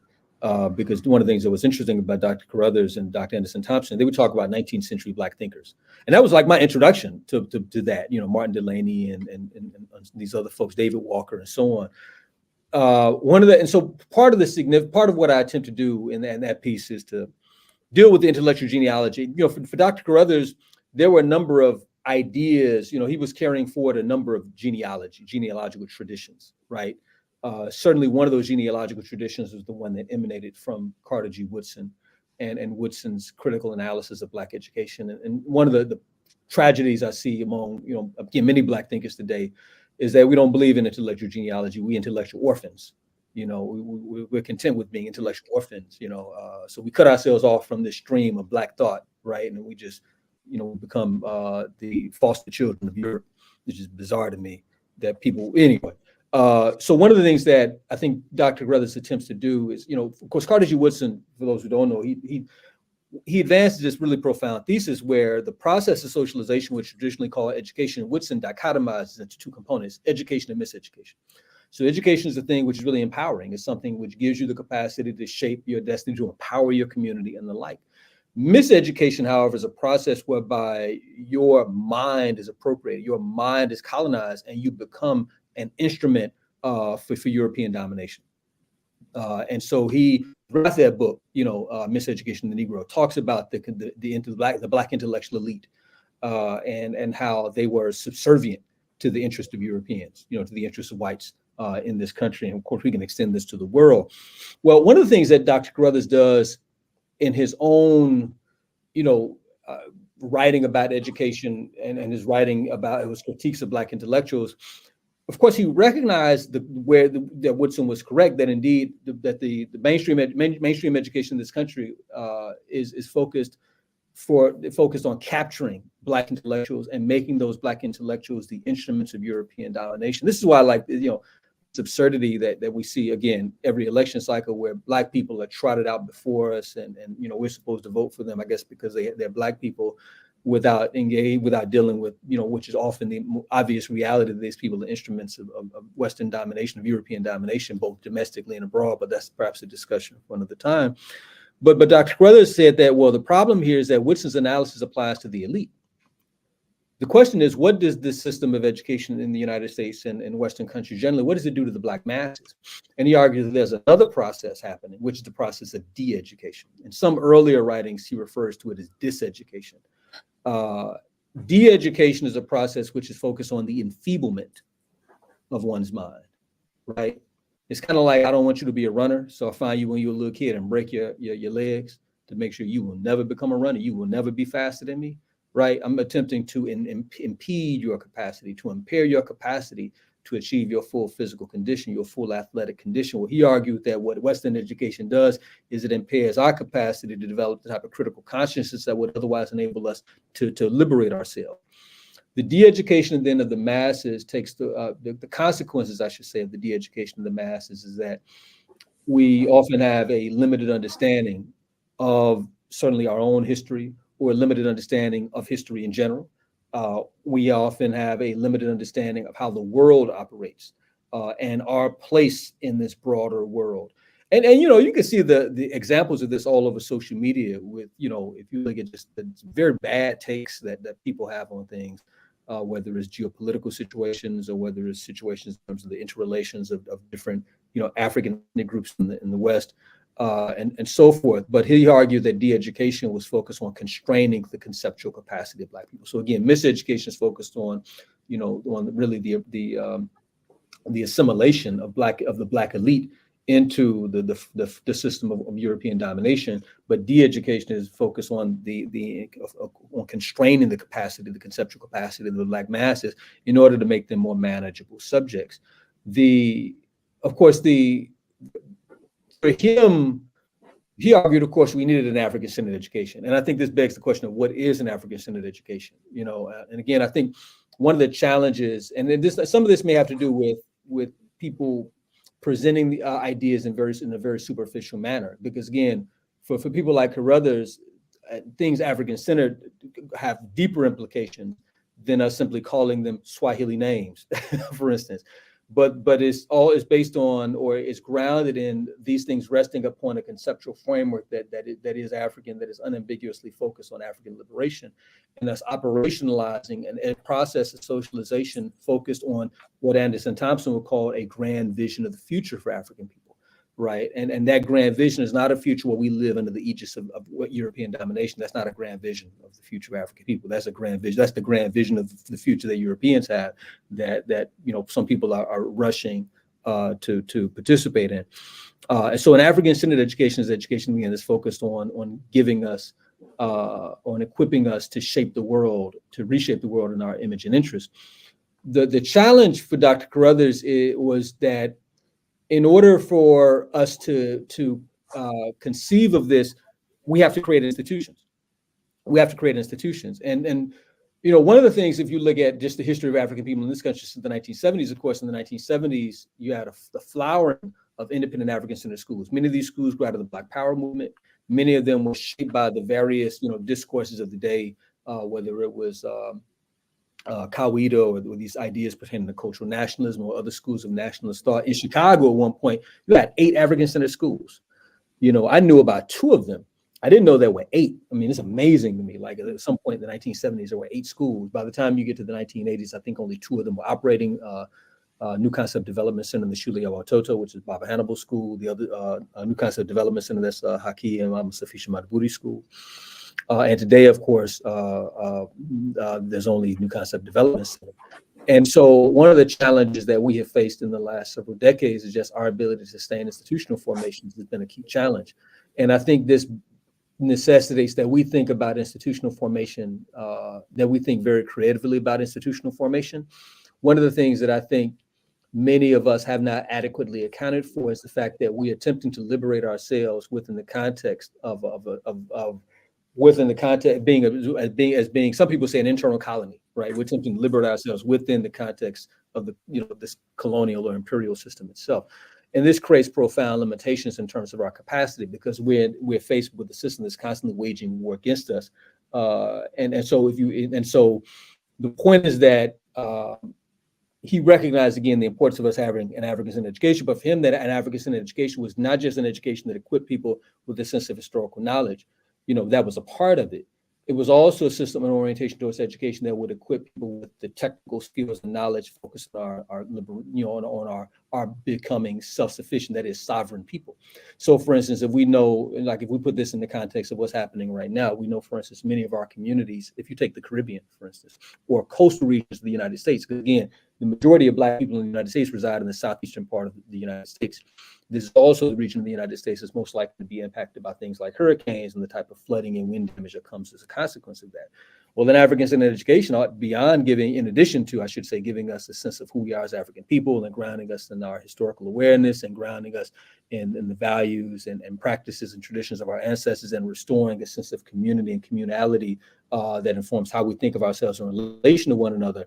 That system would also, or African-centered education would also be focused on providing the type of technical expertise requisite to maximizing African well-being, given those types of ecological challenges. How do we build storm-resistant communities, storm-resistant architecture? How do we deal with flooding, and how do we deal with agriculture, given that, if you look at the climate change projections coming out of the various governmental agencies, that region will experience increased heat and drought. So how do we develop drought-resistant crops, and we transition African farmers so that they can still operate within the context of this environment? That's also part of African education. Why? Because it's an education focused on, again, ensuring that we have the capacity to actualize a future for ourselves. And so for him, we have to be in control of the socialization process. Of course, many African scholars have argued this, right? Asa Hilliard argued this, and Baba Ajay Akoto and others. I mean, many people, have made this argument, but the point is that he also, affirmed this point, and this is a challenge that still looms before us today. I'm on mute again, trying to talk. No, absolutely. And I know our time is going, is short, it's coming to an end, but I wanted to just ask if you could talk just a little bit at the, finally about the last chapter of the book, when you're talking about where you mentioned before, Sibayet, of the Haitian revolutions, like lessons from Carruthers, right? And the irritated genie. Yeah. So just tell us, tell the people a little bit about that. Yeah, that's my favorite. Don't tell anybody, but that's my favorite chapter in the book. I enjoy that chapter because I think I appreciate Dr. Carruthers' clarity, the clarity of him and that generation of scholars, people like Mama Marimba, Ani, Dr. John Henry Clark. One of the things that chapter deals with is it raises the question of the implication of the Haitian Revolution to African struggles today. What are the lessons of the Haitian Revolution? What are the lessons that we can glean that we can carry forward today? And there are myriad of lessons. One of the lessons two things I want to highlight that I think are things in that chapter that are important. One is that I deal with idioms, the idioms of struggle, right? At one point in the Haitian Revolution, particularly under when Toussaint held sway, the phrase of liberté, égalité, fraternité held sway, right? And this term beyond what those words translate to into English or Creole. Those terms also signified an affinity of the liberation struggle of these people in this black country to what really became another bourgeois revolution, or in Western Europe. And so what we learned is that idioms have profound implications in terms of how we conceive of African agency and how we enact that agency. So there's a fundamental difference between saying Uhuru Sasa or free the land and versus saying we shall overcome or Black Lives Matter, right? The idiomatic nature of those expressions has implications for both how people are conceiving of the struggle that they engage in and the very tactics that they utilize, right? That is the aims of the struggle and the methods of struggle. And I think this is something that continues to linger with us today, because one of the problems that we face, and we face this problem for decades, if not centuries, there are many people who would have us to accept movements of structural and cultural assimilation as if they could ever be liberatory, and they can't be, right? Movements of sovereignty for African people can indeed be liberatory in the totality, and there's a reason why such movements are suppressed in contrast to the form. And the last thing I'll say is that one of the things that Dessalines deals with in the revolution is the binary between the irritated genie and the phantom of liberty. So the irritated genie was imagined as this force that would rise from the sea and sweep away the French forces, destroying them, bringing victory to the Haitian people. Whereas the phantom of liberty was this idea, this elusive promise dangled before the eyes of African people by the French of the possibility of freedom, the possibility of equality within the context of the Western system. And the problem is that many Black leaders, both in the context of the Haitian struggle, as well as all the way to the present, throughout the world, wherever African people find ourselves under the yoke of European domination, many of us have been seduced by this phantom of liberty. Many of us engage in an incessant, that is an unending pursuit of this phantom of liberty. And the same thing is happening. That's why election season is always interesting to me, because the phantom of liberty is always dangled out before us. And African people, always mesmerized by this phantom of liberty, pursue it and forget the idea that the goal is not just to, the goal, that our goal should be something far greater than achieving equality within the context of a settler colonial imperialist system. That our goal should be the self-determination, that is the sovereignty of African people and the transformation of reality. And again, the pursuit of the phantom of liberty is a distraction, and it's a very effective distraction, because what the focus on the phantom of liberty does is it orients us towards the pursuit of the rewards of the existing system. That is, the material rewards that the system of European domination affords are the rewards that we inevitably seek when we make the phantom of liberty our focus. And so again, to me, it's a very important dichotomy because of its enduring presence in terms of the Black imagination. One of the things that I'll close with this, that Carruthers talks about in reference to Dessalines, is that one of the things that Dessalines was focused on was avenging the wrongs that were perpetrated against Black people. This is very interesting. And Bobby Wright talked about this. Bobby Wright took this up as well. Again, that was a very different conceptualization of the relationship between the oppressor and the oppressed that Dessalines was operating from, that people like David Walker was operating from, or people like Bobby E. Wright was operating from, certainly Dr. Carruthers. And I think it behooves us to think very expansively in terms of how we understand the condition of African people, not in terms of how Europeans define that condition, or even in terms of how apologists for Europeans would define that position, or assimilationists would define that position, by African people who are focused on African people being free would define that position, and allow that to be the basis from which our concepts and methods of liberatory struggle issue forth. Well, the phantom of liberty is the heartbeat of domination. You know what I'm saying? It is the language. It made me think about when you were talking about the phantom of liberty. It's the language of Barack Obama's presidential run. Right? Hope. That's right. That is a of liberty. Yes. It is Kamala Harris's let's write a new story. Her like catchphrase, right? So I think it's those, and especially when people were talking about, and when you see some people analyze the campaign that was run on hope, what that means, and it speaks directly to what you're talking about in terms of this idea of the phantom of liberty that we've been dealing with, like you said, for decades, if not centuries. But we know that when we think about Jacob Carruthers, he is not thinking about this phantom of liberty. He's not chasing that. He's absolutely, as the book is entitled, his Irritated Genie, thinking in that lineage, and in the lineage of those ancestors who came before us that think about liberation from the point of view where we know we're wet. We're swimming in this sea, but we've been given from an African worldview, thanks to ancestors like Jacob Carruthers, a vantage point, like you said before, from where we can stand above. Like I imagine, when you're talking about it, us standing above the water, right? Being able to see when we're thinking about in Kemetic, the Kemetic thought when they think about the falcon, right? And how the falcon, can see over everything. Exactly. Yeah, and so I think about that. I think about an African worldview and operating from that as being African people having that falcon vision, the Kemetic that is spoken about within Kemetic history. So thank you so much for all of the knowledge that you dropped, all the notes that I took, all the notes that Kemba took. He had to leave a little early. All the notes that we know Kalanji was taking. Yeah, man, you know what we do around here. You know what I'm saying? I was writing notes before we started.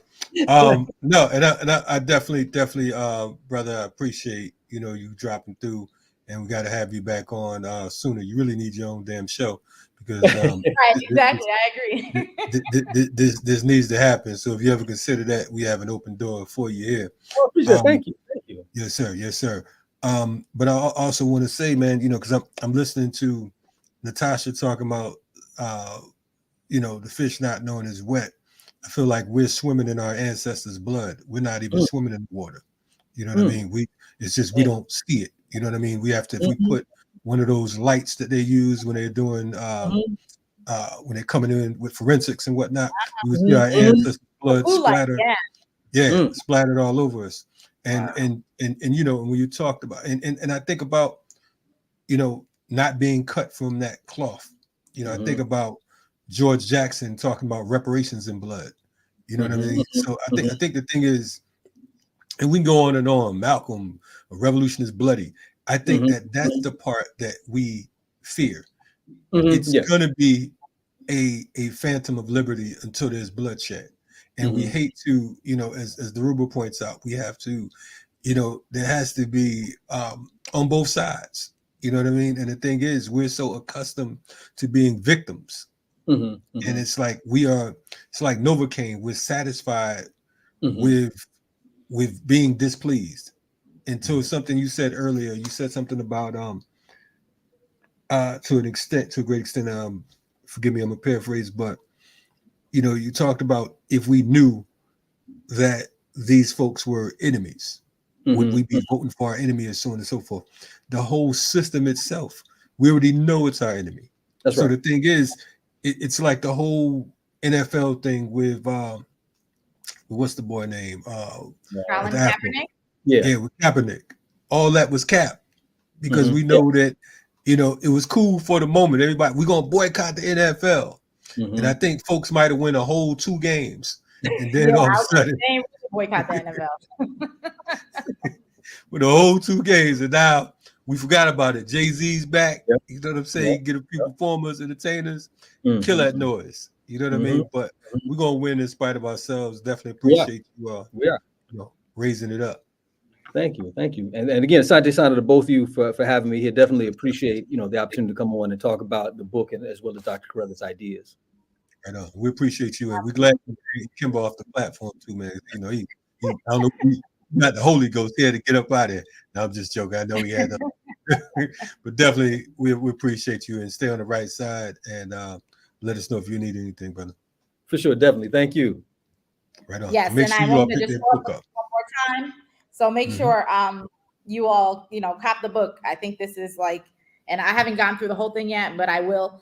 And just so far, it's like this is a must-have. You know, as the way in, I think in the back where they, you know, have people give their comments, you know, about this book. I think this is a book that is very necessary and very timely, and is gonna be something that is needed and useful for us for generations to come. So thank you for that.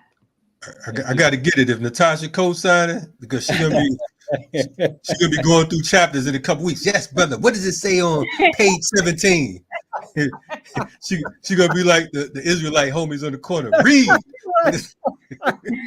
And I said, what did he say?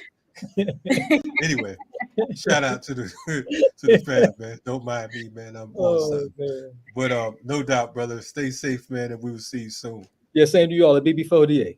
BB4DA. Yes. You're checking out the Rise Up Morning Show. That was Dr. Kamau Rashid coming through. Natasha have been bringing some pretty good guests lately. You know what I'm saying? We was going to demote her, but I think, you know what I'm saying, we might have to raise up. We're gonna keep her now. I was going to have to demote some of you all. Come on, man. Wait, why you set tripping, man? Let me call some of the brothers and whatnot. I see how this thing going. It's all good though.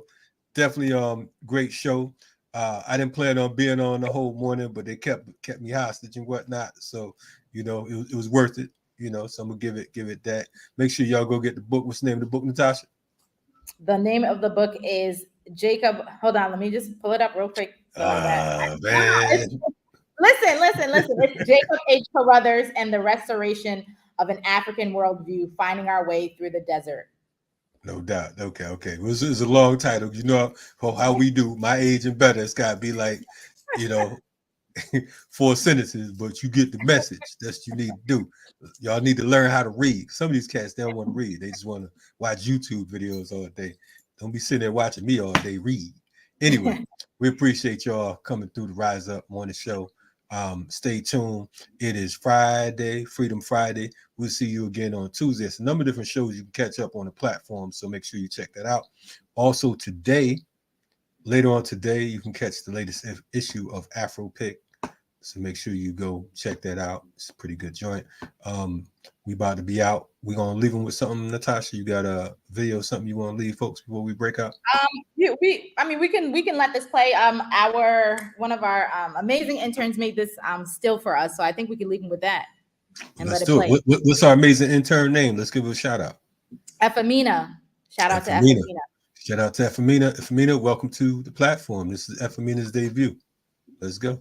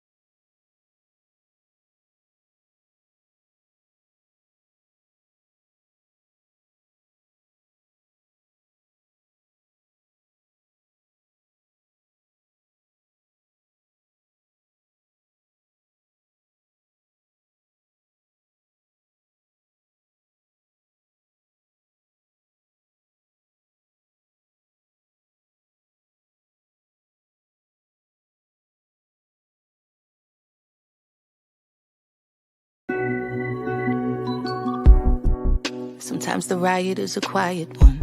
Well, the battle is to love yourself and function in society where voices of reason are muted by anxiety, like gaining notoriety is selling your soul. So we tend to go no deeper than the shallow water level, trying to keep us overhead in the face of all the slurs and the stares, mentally frozen, paralyzed by fear of failure and success. So we lock, stock, barrel, running while it's crumbling. All these towers and they're babbling, but the baby's in the bath and the stash under the bed. On my head, spinning from the circles and the puppets and the strings that they pull, then we move. Reactionary warfare never produces when it's on the field. Feeble and foolish, what tools and what weapons are we using? We need some new ones. Real revolution, it's real solutions.